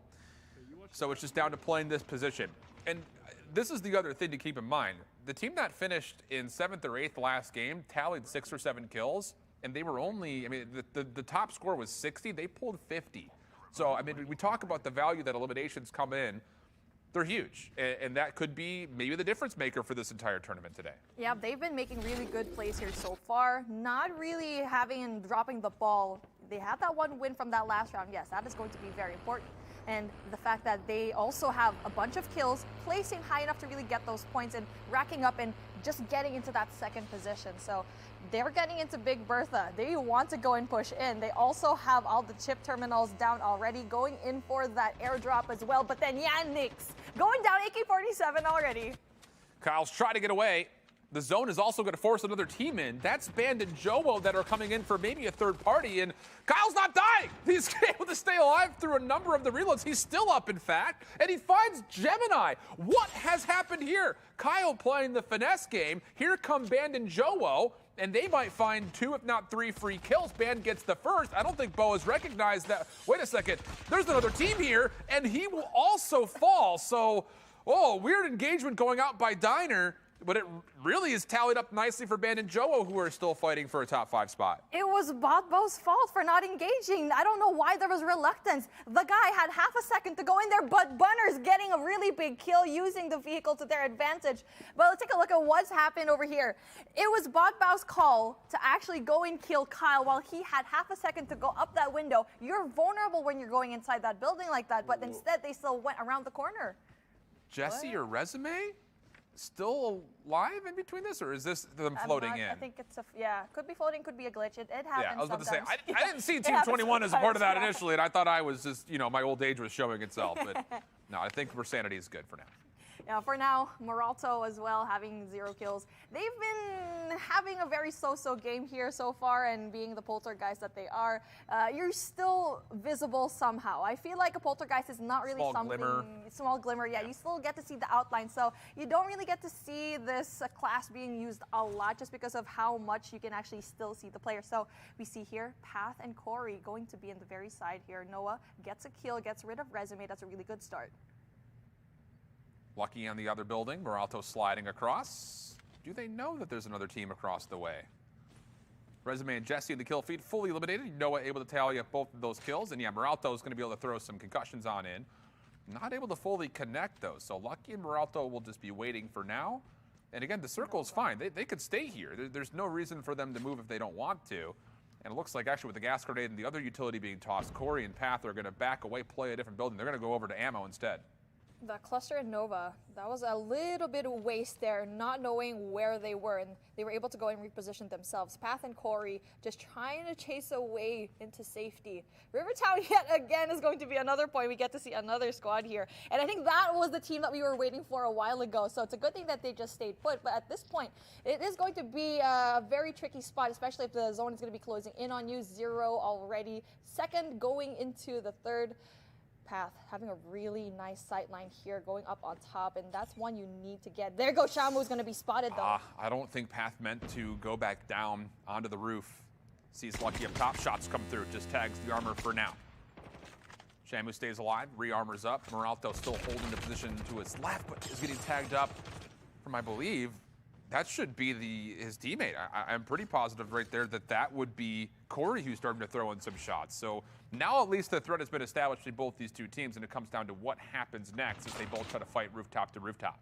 Moralto with the poltergeist play, really just climbing his way, not trying to allow them to see the footsteps on the map, just prone gaming over here. They know where everyone is. Moralto is going to be in a tricky spot once he actually goes up in there. Take a look at what we have on the left side though. 144 points for Bandit Joe. What just happened? Just got overtaken by just 3 points. Crazy stuff, at least for now, but these are early eliminations. Sun, with the help of Bunny now this time with the 2 kills onto Little B and Envoy, who are just below them in the standings, that gets them within spitting distance of the top 2. Not a lot of implications for the leaderboard between these 2 squads on screen, but we tally through what exactly the kills have looked like thus far. A couple of heavy hitters in lobby number 4, a very important one for a number of squads, not just the ones that we've listed, but of course the ones that are trying to get into the conversation. But Sun, 4 kills for them, Bunners 2. They've got 6 in total. Imagine a world. I might have to send Sun my firstborn child for signaturing. That very well may happen.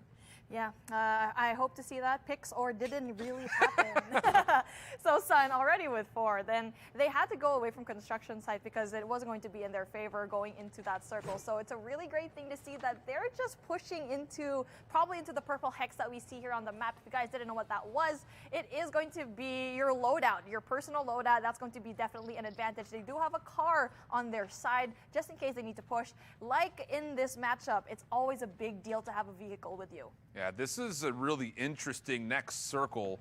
Preposition-wise, the loadout should be free for Team 20, like we were just seeing for Sun and Bunny. There's nobody else nearby. Rivertown is now turning into a non-conflict as both teams are rotating but on different timings, so they'll be able to get there no problem. But take a look over on the left side of the map. There is loot galore for whoever wants to take the risk to jump on over, and there are a number of teams that may consider it.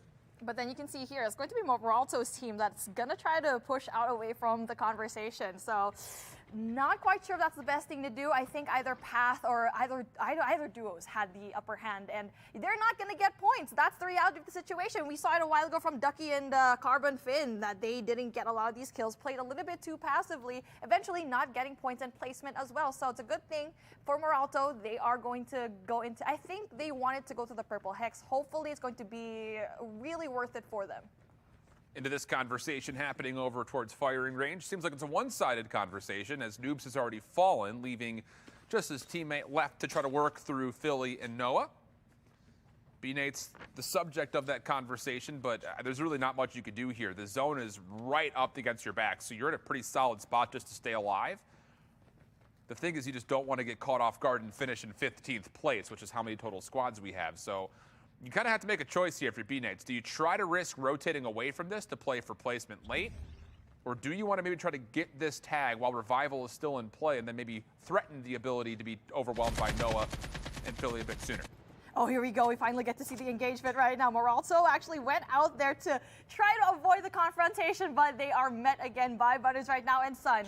Now, that's going to be very difficult because Sun has absolutely been popping off, and you can see very nice mods added to his AK-117 as well. Vertical recall, that is not going to happen for him just because he knows the spots, he knows what to do. But then they're going to be very quiet. They actually don't know where it is so far. They're just on top of one another. Yeah, it's literally on top of one another. They're in the tunnel in the train station, so yeah, they're literally on top of each other, yeah. They're probably seeing footsteps like, where is that coming from? Yeah, absolutely.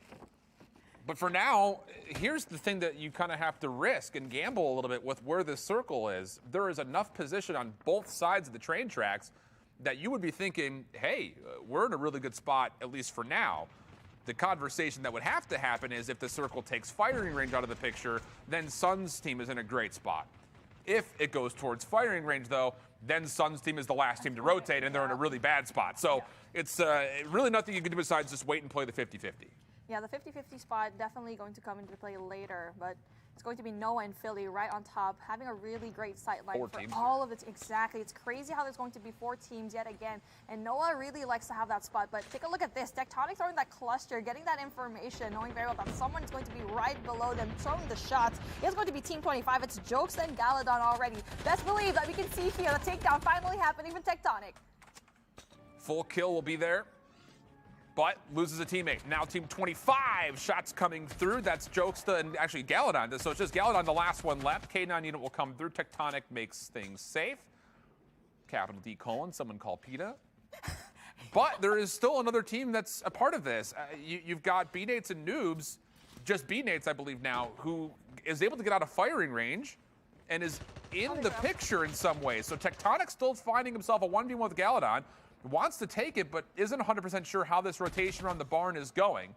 Also flying on in very quickly is, again, Ban and Joe, third-party situation for them again. And it's going to be very difficult because we see Galadon always using that K9 unit, but not being able to really utilize it very well. Hasn't even gotten the kill because of it. So Tectonic applying that pressure to him. See, K9 units after K9 units, and he's just hiding around the corner. When you release the dogs, you have to make sure that you also try to shoot your team, the player that's going to be right in front of you. That, or you're just using it as an escape mechanic. If you're shooting at my dogs, you can't shoot at me, so I'll just run away, which seems to be what's happening here for Galadon. But you don't get points. Yeah. Unless you're confirming placement points. You can definitely tell Galadon wants to stay alive as long as possible. We've got 10 teams left and a circle no bigger than the state of Rhode Island. So now an opportunity to really kind of see who can actually find a way to navigate through all the chaos. Tectonic for one, more players inside the stables. That's Band who falls. It's Corey and Path who are on the opposite side of the stables for now. Tectonic throwing nades, but needs to back up and get himself fully healed. But there's no safe place to do that. That's why Blackout is so crazy. Sun and Bunner is right behind him. I can already see what's happening. This is probably the best last circle for Sun and Bunny right now, just because guess what? The ninja is going to be in order. He can go up to one of those pipes into those houses and no one can absolutely touch him. We'll see how things unfold. The entire river side of this circle is controlled by Sun and Bunny. So they were able to rotate away from that top position that we saw them in last, obviously over towards train station just across the river. Team still on the rotation in. You've got Team 6 top left. That's Bolu and Taggy. Team 11 from the top right.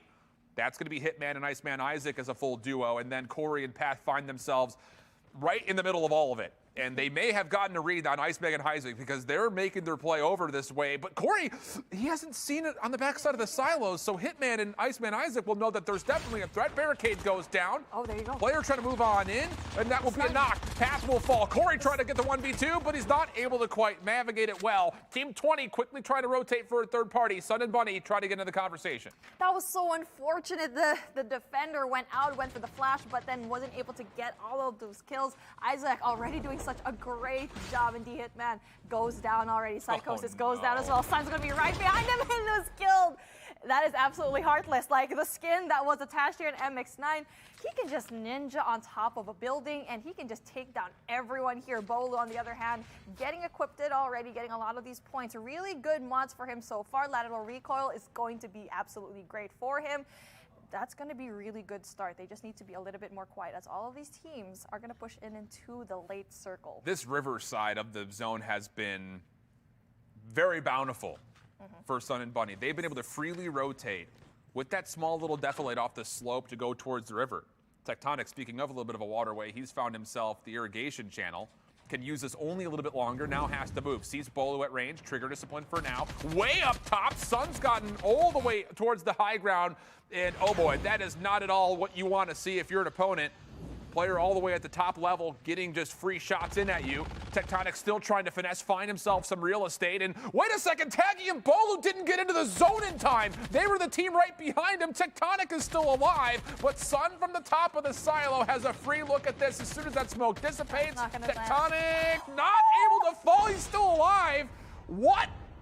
There you go, the finisher. Sun was able to finally capture that, and he has enough time to go back on top of the house and really just reposition himself. It's Sun versus Sun, right? It's going to be absolutely meta. Noobs with the pistol.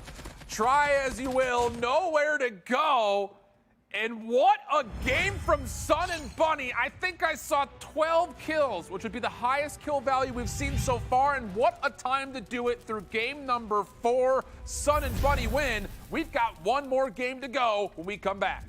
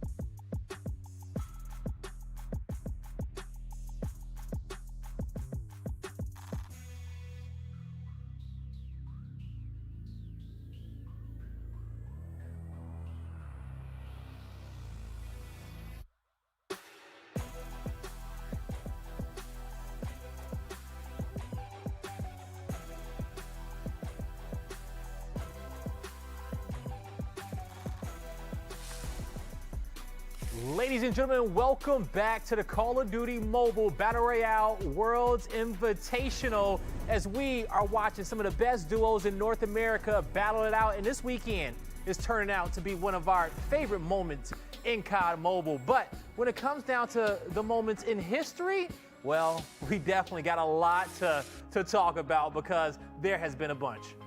Most definitely. I've been playing this game since beta, and for me, one of the best turning points of this game, when they introduced in Season 9, when you can actually put the attachments, all of that. That changed the name of the game. I don't even remember when they actually had this before. Look, I'm just going to go all the way back to what we're seeing on screen here. Like, the fact that we got hit with this new title that came through, new mobile game, and I think at the time, a lot of people that were playing Call of Duty kind of maybe didn't really look at mobile as a major option.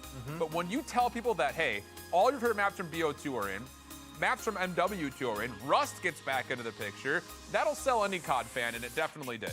Yeah, it definitely will, man. You know, one of my favorite moments, just kind of throughout the history, was, you know, the Masters. It was this summer when we were doing Masters for NA and EU. You know, that was, you know, one of my first broadcasts here with the COD community, as we coined it. And, you know, it was nothing but love across the board. And, you know, it was a great summer, and I'm happy to be here. But chat, what's been your favorite moment, okay? Let us know in the chat, what have you loved so far since Call of Duty Mobile has dropped? And this weekend, I'm pretty sure next year when we're making this video, this weekend is gonna be in there.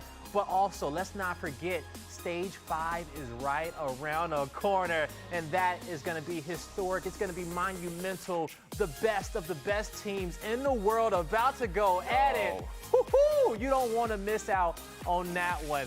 But as round 4 has wrapped up, man, what a map that was. Shift. It was crazy. The ending of it. Tectonic, I can't even believe he survived as long as he did. You also had Sun absolutely frying. And this time around, you know, look, off the start. Man. Using that grapple, picking up the double kill. He started this series with a bang. Sun has been unbelievable this tournament. And look, I think we were all looking around the list and said, oh, you know, Sun's going to be a heavy hitter, sure, but like we didn't know what to expect out of Bunny Fufu. And up until this lobby, we saw nothing from Bunners. Yeah. So the fact that Bunners was able to find 4 kills on top of the total 8 that Sun reaped in this lobby, that's unreal. I mean, that's the most definitive win that we've had so far across all 4 of our lobbies until this point. You know, I know Sun has been performing, and this is a 2v2 game mode, but if he keep outperforming like that, you gonna have to split that prize pool 80-20, okay? Because he is single-handedly dominating the lobby. And, you know, all jokes aside, Sun and Bunny together, man, they have a winning combination, as we can see here, with 11 kills in which they picked up in round number 4, 95 points in total. The next team below them only coming away with 45. This was a really low-scoring lobby if you look at it as a whole. That's true. I mean, it's a slower lobby compared to what we've seen here so far, but you see Tectonic. Tectonic has been absolutely crazy in that round, and yes, he didn't win, but he lasted long enough, even outlasting Bolu when they still had 2 people because they got killed out of the zone. Look, the thing about it is, you know, from first to second, there's a 50-point gap, but as you look down and down and down, look how many teams are over 40 points here. So that's where the kills are coming into play. And specifically for Noah and Philly coming off their 3rd lobby win, getting 6 kills at 48 total points is actually not bad at all. So even though they don't finish into the top 5, they're going to be at least marginalizing the anticipated gap that both Sun and Bunny have likely just put themselves in when it comes to being who's in first. All right, folks. You guys saw the leaderboard before we head into round number 4. You saw how close it was then? Well, look how close it is now. That is just, I am speechless with that performance that we saw from Sun a while ago. 205 points, Tectonic. That's why you shouldn't be too careful. You shouldn't be too comfortable with your top spot. But yes, 177 points and 205, that is not far. If they do well in this last matchup, everyone else from that 2nd, even up to the 8th spot, even up to the 9th spot, 9, can still make it into top 1. It's anyone's game. And I'll say this, for the team that's currently in 2nd and 3rd, they both did enough to keep them in the running. You got to think Camille's was down and out early. Tectonic didn't have a chance to really play for the res. So the fact that Tectonic was still able to get to second and confirm more placement points is great efficiency. The opposite side of the coin was there for Philly and Noah. Yeah. The placement wasn't there, but the kills were. So that top 3 battle really is going to be interesting. It really is going to be interesting. And when it came down to lobby number 4, these are your 3 featured players. You got Sun, Iceman, Isaac, and that guy Noah from YouTube. A lot of kills coming across the board from these three lethal slayers out there. Absolutely. Noah has been in the featured players for so many rounds already, and Sun as well, right? So it's anyone's ball game. Anyone can actually go in there. And you know what? It really goes down into the classes that you have and how you utilize that with your surroundings. Yeah. Well, guys, throughout the weekend, we had 10 lobbies scheduled to be played. We are about to finally enter that 10th lobby, finishing it off with North America in this round number 5. You already saw the leaderboards. Let us know in the chat who you think is going to come out on top. This has been the most competitive Battle Royale lobby in which we've seen for Call of Duty Mobile, and I'm pretty sure this last round will not disappoint. So strap yourself in. This is going to be the last drop of our 2-year anniversary Battle Royale tournament. Casters, take us away. I am going to be so curious to see what Sun and Bunny want to do here off the drop. The top 3 teams right now have all won one lobby. And the last thing you want to do if you find yourself in the top 3 is one bad early gunfight and you get 0 points, because whoever wins this next lobby could still surpass those top 3 squads. So I'm really curious to see where these 3 teams currently sitting in the top 3 are going to choose to land. I feel like a bunch of these teams are just playing safe. Just because you don't want to lose too early in the gunfights. But you know what? We could be wrong. Anything can happen in Call of Duty Mobile. Team 13 going as far away as going into the estates. That is going to be Tectonic and Camille's. Now that is going to be a very safe place. No one is going to be even remotely close to them. I mean, this has been their strategy from the get-go, though, where they are trying to largely avoid gunfights early and play for placement late. So we'll see. Again, this is going to be possibly the determining lobby, and likely you would have to feel like it probably will be the determining lobby unless Sun does something crazy in the early game, finds himself 8 early kills, and then maybe just puts the tournament out of reach. But I mean, the gap is not large whatsoever. There is a reminder of the points per placement. Really, you're looking at that top 5, top 6. You get to 20 points, you're working, especially if you can tally up 5, 6 kills behind those placements. I honestly thought the RNG Duds was actually really into the favor of Sun into that last matchup in round number 4, because the final circle, you were in the farm. You had a bunch of high ground that you can just stay up there. He was the only ninja class. But in the event that you are going to have that final circle where there's nothing in there, you might have a harder time. So RNG Gods were in their favor. Let's see if it's going to be here today. Or Sun, it's just passive. This is the first time we've seen them land here. I mean, the thing is, like, it comes with risk, though. Like, if you just don't find good loot or the loadout drops don't spawn anywhere near you, you could be really hindered as far as what your actual fighting condition is late. Now, again, one of our conversation points is the other teams that are in the top 3. Noah and Philly have dominated firing range. We just saw it in the kill feed. Noah tallied up 2 more eliminations, it looks like, early. Maybe just the one, actually, as it's just the one tallied so far. So I'm not sure who exactly the duo was, but it was Godsley that looked like that fell. Yeah, it was Watsley. Really just, he's being fed right now to the big fish that are swimming around the pond. And it's always been firing range for Noah. And you can see here, look at this circle. It very well may be Nuketown finish. Nuketown fish. Yep, exactly. Over at Array, 2 squads close by. Got Tim and Sean J, Team 24. And then Team 10 is Agaboo and Nat. So they're at least somewhat close by one another. 3 teams inside of Rivertown at the moment. And wouldn't you know it, the house party that was happening on the party boats looks like that was a one-time thing. Good thing. Leave it at that. I don't want to see that again. But it's crazy. Right, exactly. But we saw the RNG was on the way to the favor of Path and Corey. They're right smack dab in the middle of it into Nuketown. So that's going to be a really good thing for them. They can just chill out and get as much loot as they can as when they're going to be pushing inside. So another team that has been doing absolutely great here. Band. Yeah. Band and also Joe has been great. They know when to disengage. That is probably one of the best things because for me, I think they're the teams that always get third-party. They're always in chaos, right? But they know when to leave. Yeah. No, I don't. Maybe it's just me, but I've been really pleased with how good our Warzone players have been. Yes. Going off of either controller or mouse and keyboard and then onto fingers on phones and doing incredibly well. Joe being one of them for sure, but Isaac was also just a part of our featured players. I think he tallied up 4 kills last round and he's been consistent all day. So, you know, hats off to them because I was talking about this jokingly during rehearsal. When I first picked up this game when it first came out, I was a 2-thumb Neanderthal. You move and then you stop and you shoot. That was me. So the fact that these guys are hanging just goes to show the caliber of gamer they seem to be. It doesn't really matter. I know a lot of pro players that still actually use the thumbs, and the dexterity that you need to have here, because you have a phone, you can basically have your HUD, your UID to your flavor. It doesn't matter. So even if you are having that claw method, if you're comfortable with 2 thumbs, then stick to that.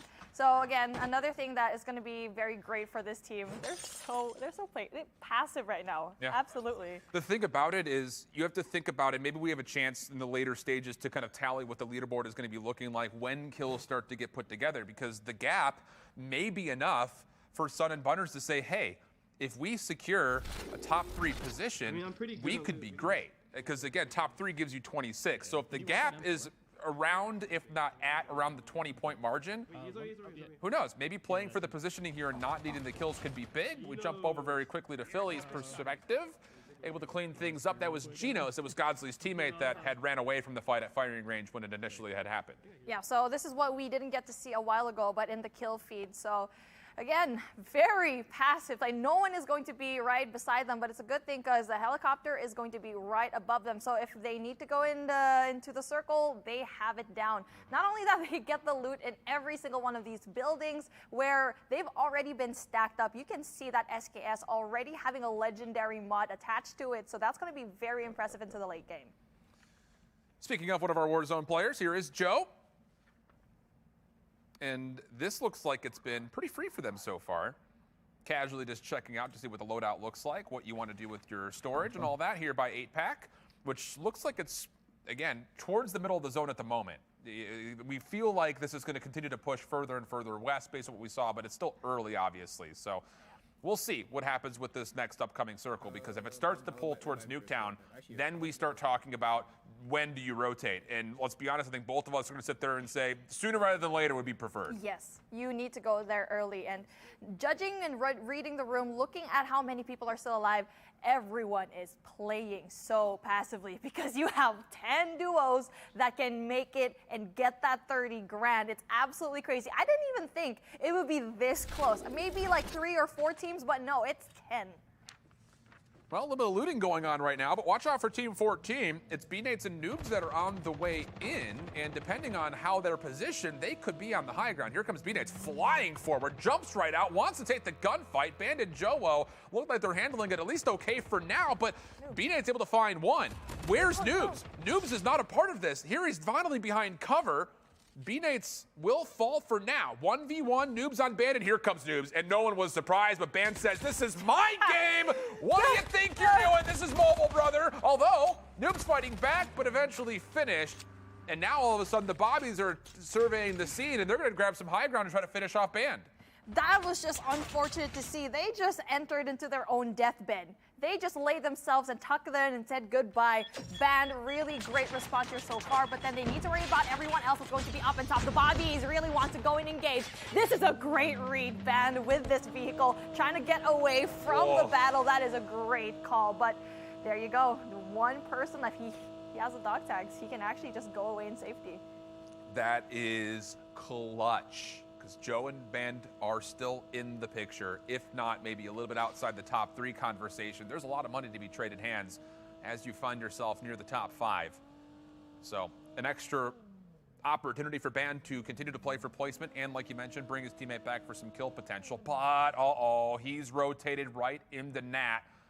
Whether he knows it or not is a different question. Is able to at least armor up, at least for now. So there's a chance that he could fight this. And yeah, now he knows. He sees Nat for the first part of it. Do you see the second, looking for it, but cannot find Agabu as of yet? If you were banned, this is a tough spot to be in. Yes, there you go. Yeah, that is a great thing. Wanted to stay here, but then saw somebody was going to go in there, tried to go in for the heal up with the armor, and decides to just drive away into the horizon. What a beautiful scene we have over here. Drives right into another duo. Exactly. Oh no, wait, banned. Oh, he hits the brakes and then tries to hit the gas. Knocks one player around, but still not interested in it all staying here, so Band will run away. The good news is Joe is on the way back, so there is at least that to hopefully consider. That's what we keep saying. You see here, Bobby's actually going to go down. Kyle gets rid of him. That's going to be very unfortunate for the Bobbies. So that is going to be very, very hard. With Band, though, very great response to his one teammate going down, and he's finally gotten a fairly safe spot. There's going to be 4 squads, so 3 squads are right going around him. Still have not seen Sun or Bunny pop up in the kill feeds as of yet. And the Bobbies, they know what they need to do. They need to take gunfights. I mean, they're currently sitting somewhere on the 12th place position, I believe, so they need positioning, but they really need kills to help boost that score to hopefully a top level, because they're out of the picture right now when it comes to a lot of the major money. Absolutely. So if you are going to be in that top 5 going all the way down, you need to play a little bit more aggressively. For the teams that are going into that top 5, they can risk being passive here and really just playing for placement points. So Band is doing such a great job at avoiding all the situations that he does not want to be in. It's the unnecessary disengagements. Here we go. I was about to sit there and say for a moment here on the transition that the only team in the top 3 that we've seen with major elimination so far is Noah and Philly. This is exactly what I was looking for to see what the gap is. Sun and Bunny, 205. So the gap is right around 26 points, which means for Sun and Bunny, you could negate a lot of the kill potential from whoever's below you by confirming a top 3 spot. But do you really want to risk that? I think, going into a late game circle where you don't necessarily know what are the kills for Tectonic and Camille's, what are the eliminations for Noah and Philly? Because right now, Noah and Philly are in a position to play for a win. They're probably going in for the late game push and for the late game engagements because they just don't want to risk it. Yes, they have 20 points, but that's okay to be comfortable. So that's probably something that you are going to want to see. Ben, on the other hand, still being a little bit too quiet here as one duo is going to be right beside him, staying so quiet. But he has his back turned. So that's something that he actually was able to do. Jovo back into the situation here. They are inside the circle as well, but they don't know there's going to be another duo right behind them. Man, they really are playing passive. If you're going to play for the upgrade. No, I don't like this. I mean, it's fine. He's not losing any health, so take the free upgrade. There's really no problem here. So they're definitely playing for that late game favor, just getting themselves as kitted out as possible. Do they have a car? Oh yeah, they don't. Yeah, I mean the zone was like 50 meters away. They'll be fine, but. Band doing such a great job of reviving his teammate already. That is a really good call. But something that's very surprising to me is that Triz and Durian they're just playing there a little bit too slow. Yeah. He should have just pushed into one of the buildings that's actually going inside the circle. What's their comfort level, I think, is the question, right? Like, you've got some slayers in these lobbies, and if you haven't seen the late game, being in this position, you'd be like, oh, hey, at least we're still alive. But it's obviously not going to be enough for them to cut to try to, obviously contend for the tournament. So we'll see how things unfold. Little B Envoy nearby. Joe Band, obviously in the vicinity. Still the team that you had mentioned, Team 12, just on the outside of this circle with 38 seconds before it starts to close. And then obviously helicopters above. That's Noah and Philly. So we'll see how things unfold here. It looks like there's definitely going to be an engagement of some sort. It may not be right now, but eventually, as we get from the 3rd circle into the 4th, these teams will either be forced to fight each other or they'll find themselves kind of rotating together. Great call going in there finally, Sun. Really just taking advantage of the ninja class and just flying around, trying to see, really just treating it as if it was an airborne. Really just engaging. The Bobbies are going to be right behind them up in that hill. Not quite sure if it's going to be the best place to actually go and be in, just because you have that high ground, and if the Bobbers want to be a little bit more aggressive, they could have just pushed in, but no, they didn't. I'm pretty surprised that they're not as aggressive. Well, they did see Bunny. That's the thing. Bunny does not have the mobility that we've seen from Sun. So now it is just the Sun show for now. And it'll be interesting. Does Sun even want to go back to bring Bunny back into play? I think that's the other question, because that position that both the Bobbies are in is a great one for the time being. You've got one of the only big buildings that are in the picture in that cul-de-sac, and you've got high ground. I don't know. I think at this point you might still flirt with the idea of it, but I wouldn't be surprised if Sun just chalks up his teammate and just tries to finish this out by himself. Little B and Envoy just surveying around the area. But then I feel like the footsteps that's making right now from Joel might be heard just a little bit. So still a really big circle as everyone still has to go and push in. You can see at the very edge on the northwestern side of the map, you see Team 10, Aerith and Nat, doing not really a good job. So at this point, I think they just want to try to place high enough so they can actually go and get the money. But take a look what we're seeing over here. Team 22, top left side, GHC and Ray as well, doing a really good job at serving the area. Noah able to take down Hawk's Nest for a moment. Here is that inevitable fight starting to get a little bit closer to unfolding. Medic going to be played. Will it be on the backside? Band able to put the cover down to stay alive for now. Wants to try to get some regeneration on the health or the armor, whichever you could possibly do, and actually slips the net, but Jowo will be knocked. So the aggression coming out from Little B and Envoy has provided them a kill. But look who rotated by way of vehicle. Both the Bobbies are actually now a part of this picture, and still waiting for the most opportune time ever is Team 12. So Triz and Darion, this would be the time that you want to get involved and try to find some kills. But as you can see here, they're not moving at all as per usual. So they need to go into the aggression, needs to go into the points, and the Bobbies, they're just looking around for any of the chum that they can pick up. 1 and 2 though, you can see right here, it's Kyle and Yanrick already going in there with their own respective vehicles, trying to ram people over.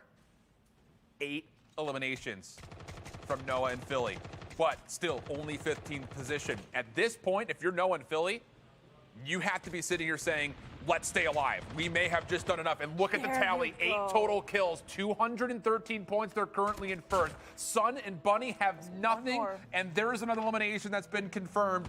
They're going to be jumping up these points, but the fight's not done yet. It's Novato, but he falls, and now an opportunity to possibly win the tournament with a good placement, but the action's still surrounding them. The timing of that defender was so great, and that's why you need to have this up. Just because you can stop a car with it, you can stop a push, stun whatever is in front of you, and that positioning is just absolutely crazy. But they need to go and push into a better position just because you have a lot of people going right in front of you.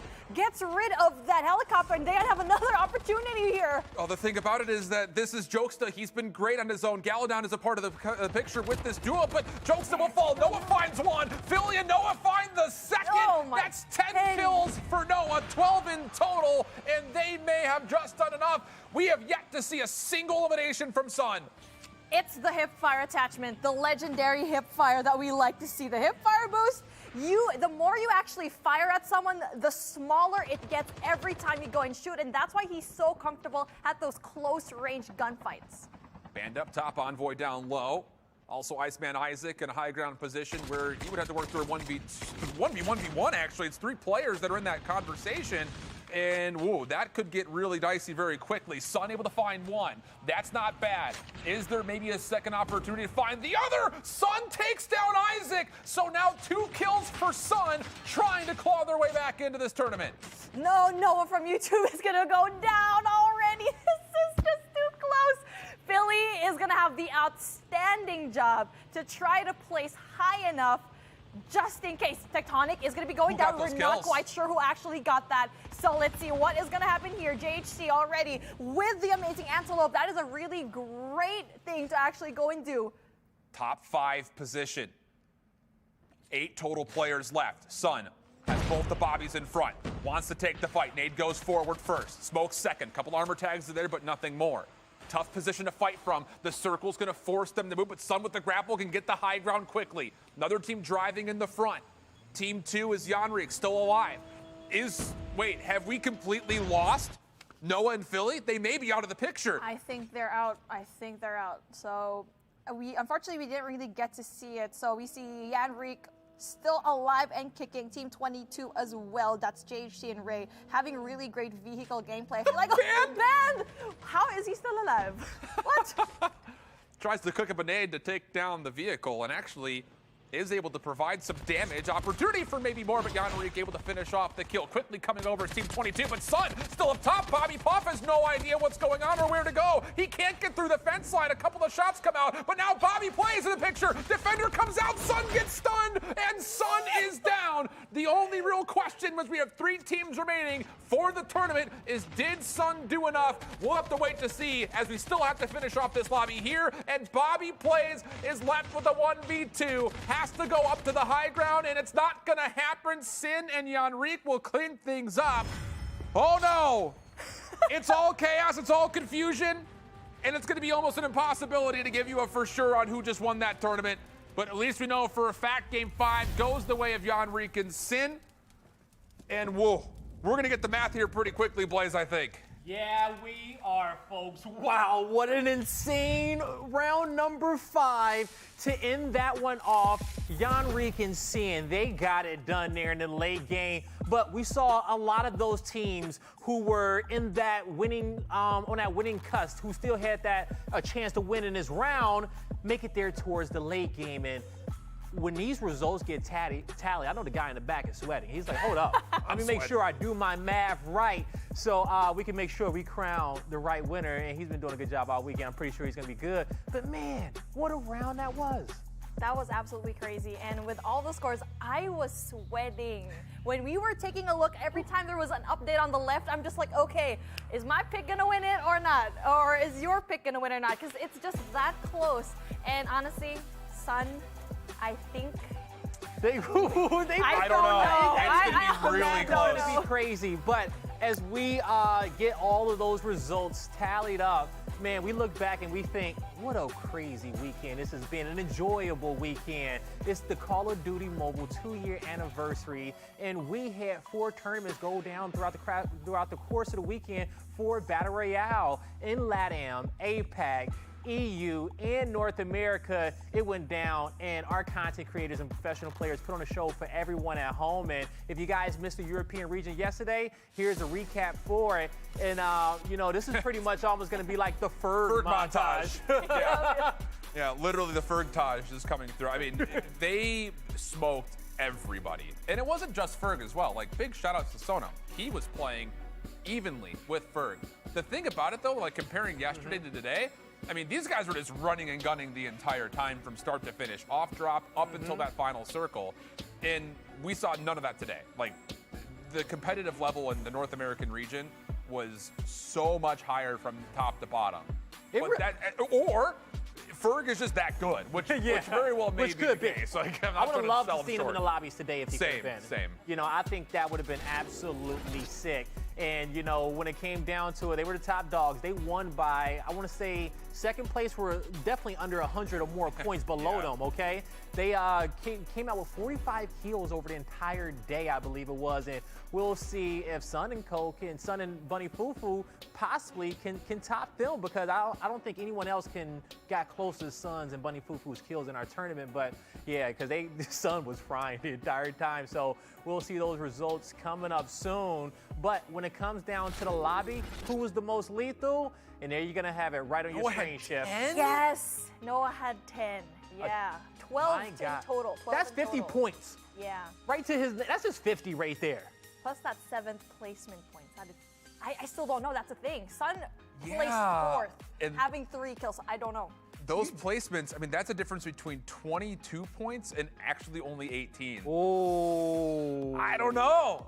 That's not, the kills is what's most important there on that feed. Well, when you're looking at double digits, absolutely. Most definitely. And so, but like you said, with the 7th place placement right there, is the placement points really going to play a difference? We'll see if they lose by just a few points. And these are the highlights here of the round 5. If you're just joining us to see the winner, where were you guys before throughout the entire tournament, okay? But to recap you all, this right here, you see the scores on the side of your screen towards that mid-game at the top. 8 kills there for Noah and Philly. It was a point in that matchup, you guys, where we didn't see anyone else on that kill feed. And that moment there, you called that out perfectly. That was a clutch defender, because Noah was in a little bit of trouble, but the defender barricade coming down gives them that little bit of extra life. And you can even see it right here. I mean, they're clapping it out. They think they've done enough, which I don't know. Yeah. Did they? Okay, because at this point, I'm pretty sure we are all at the edge of our seats, just waiting for these results to come in. The players, the fans, we are as well. But when it comes down towards that round 5, and even just throughout all our rounds of the day, what was your favorite moments? Just too many. We saw a lot of great plays, right? For real. I'm pretty tired, but honestly, for me, it's the Sun game. It's just all him, mostly all of the kills. Our round number 4, I knew he was going to win the moment that final circle was in that compound, in the farm area with it. And he's the only one. He utilized that to perfection. Yeah, the grapple gameplay was definitely a show stealer. That much is for sure, because nobody else was using it. We didn't see it yesterday. We saw none of it yesterday. Yeah, that's the big thing overall. That said, though, I still go back to like all of the different moments that we had 3 or 4-way fights that were happening. There were so many different ones to tally, but I'm looking kind of over towards the manipulation that Noah and Philly were able to do in those tight circumstances. Yeah. So, it's hard to pick a favorite moment on the day. It is, but folks, we got the results in for round 5, and this is your leaderboard. Just for as round you 5. will see. This is not the overall, this is just the round 5 leaderboard. But you see the breakdown in points. Bobby Plays and Bobby Paul, they put themselves probably more in a running, and they got themselves, they probably earned themselves a lot of money with that 70 points there in the round number 5, right? What's standing out to you guys? 78 points in 7. Yeah. Is that exactly. It's 12. It's 41 points that they jumped on the Sun and Co. I don't know. I can't call it. All right, well, you know what? The results are in, and we can officially call it now. Chat, you ready? Your winner of the North American Call of Duty Mobile Battle Royale Invitational is going to be Noah and Philly by just 9 points. Wow. What did I tell you guys? Let's go! Happy birthday, Call of Duty Mobile. Yes, Noah, Philly, you guys got it done. Congratulations to you walking away with $30,000. What a hell of a show that was. And congratulations to all our other competitors who placed in the money. We got a chance to get shot with confetti about 3. Well, you got shot with confetti 3 times. Me and Mommy got shot with it twice. And man, what a celebration it has been. Wow. It's been an awesome weekend across the board, you guys. Absolutely crazy. It's been an honor to be with you guys here today, with everyone watching at home. This has been a special, special broadcast. Not only that, for the people behind the cameras as well, production, thank you so much for having us. It's been a great 2 years so far. I can't get over the fact that that was a 2-kill difference tournament. That is a two kill difference. 2-kill difference. Wow. And I'm still in analytical mode. I don't even know if I'm allowed to be, but I still am. Think about the fact that Sun and Bunny didn't play aggressive in the beginning. That decision may have cost them the entire tournament. Because you guys were mentioning it, they were just a little bit more passive throughout the start because they knew how far in front they were, but maybe just some of our players across the board, they underestimated the 5 points that you get per kill. Wow, what a tournament it was. As we're about to play in confetti, okay? For a while. We hope that you guys at home, if you haven't already, hey, download Call of Duty Mobile. Take a look at the description. The download link is there. You think you can make it to this stage with us casting you? Hey, try for it. I'm pretty sure we'll be having another tournament coming up towards next year. And with that being said, we hope you all have a fantastic night. That's going to do it for us here at the Poker Girl Studios in Las Vegas. You guys all have a fantastic night.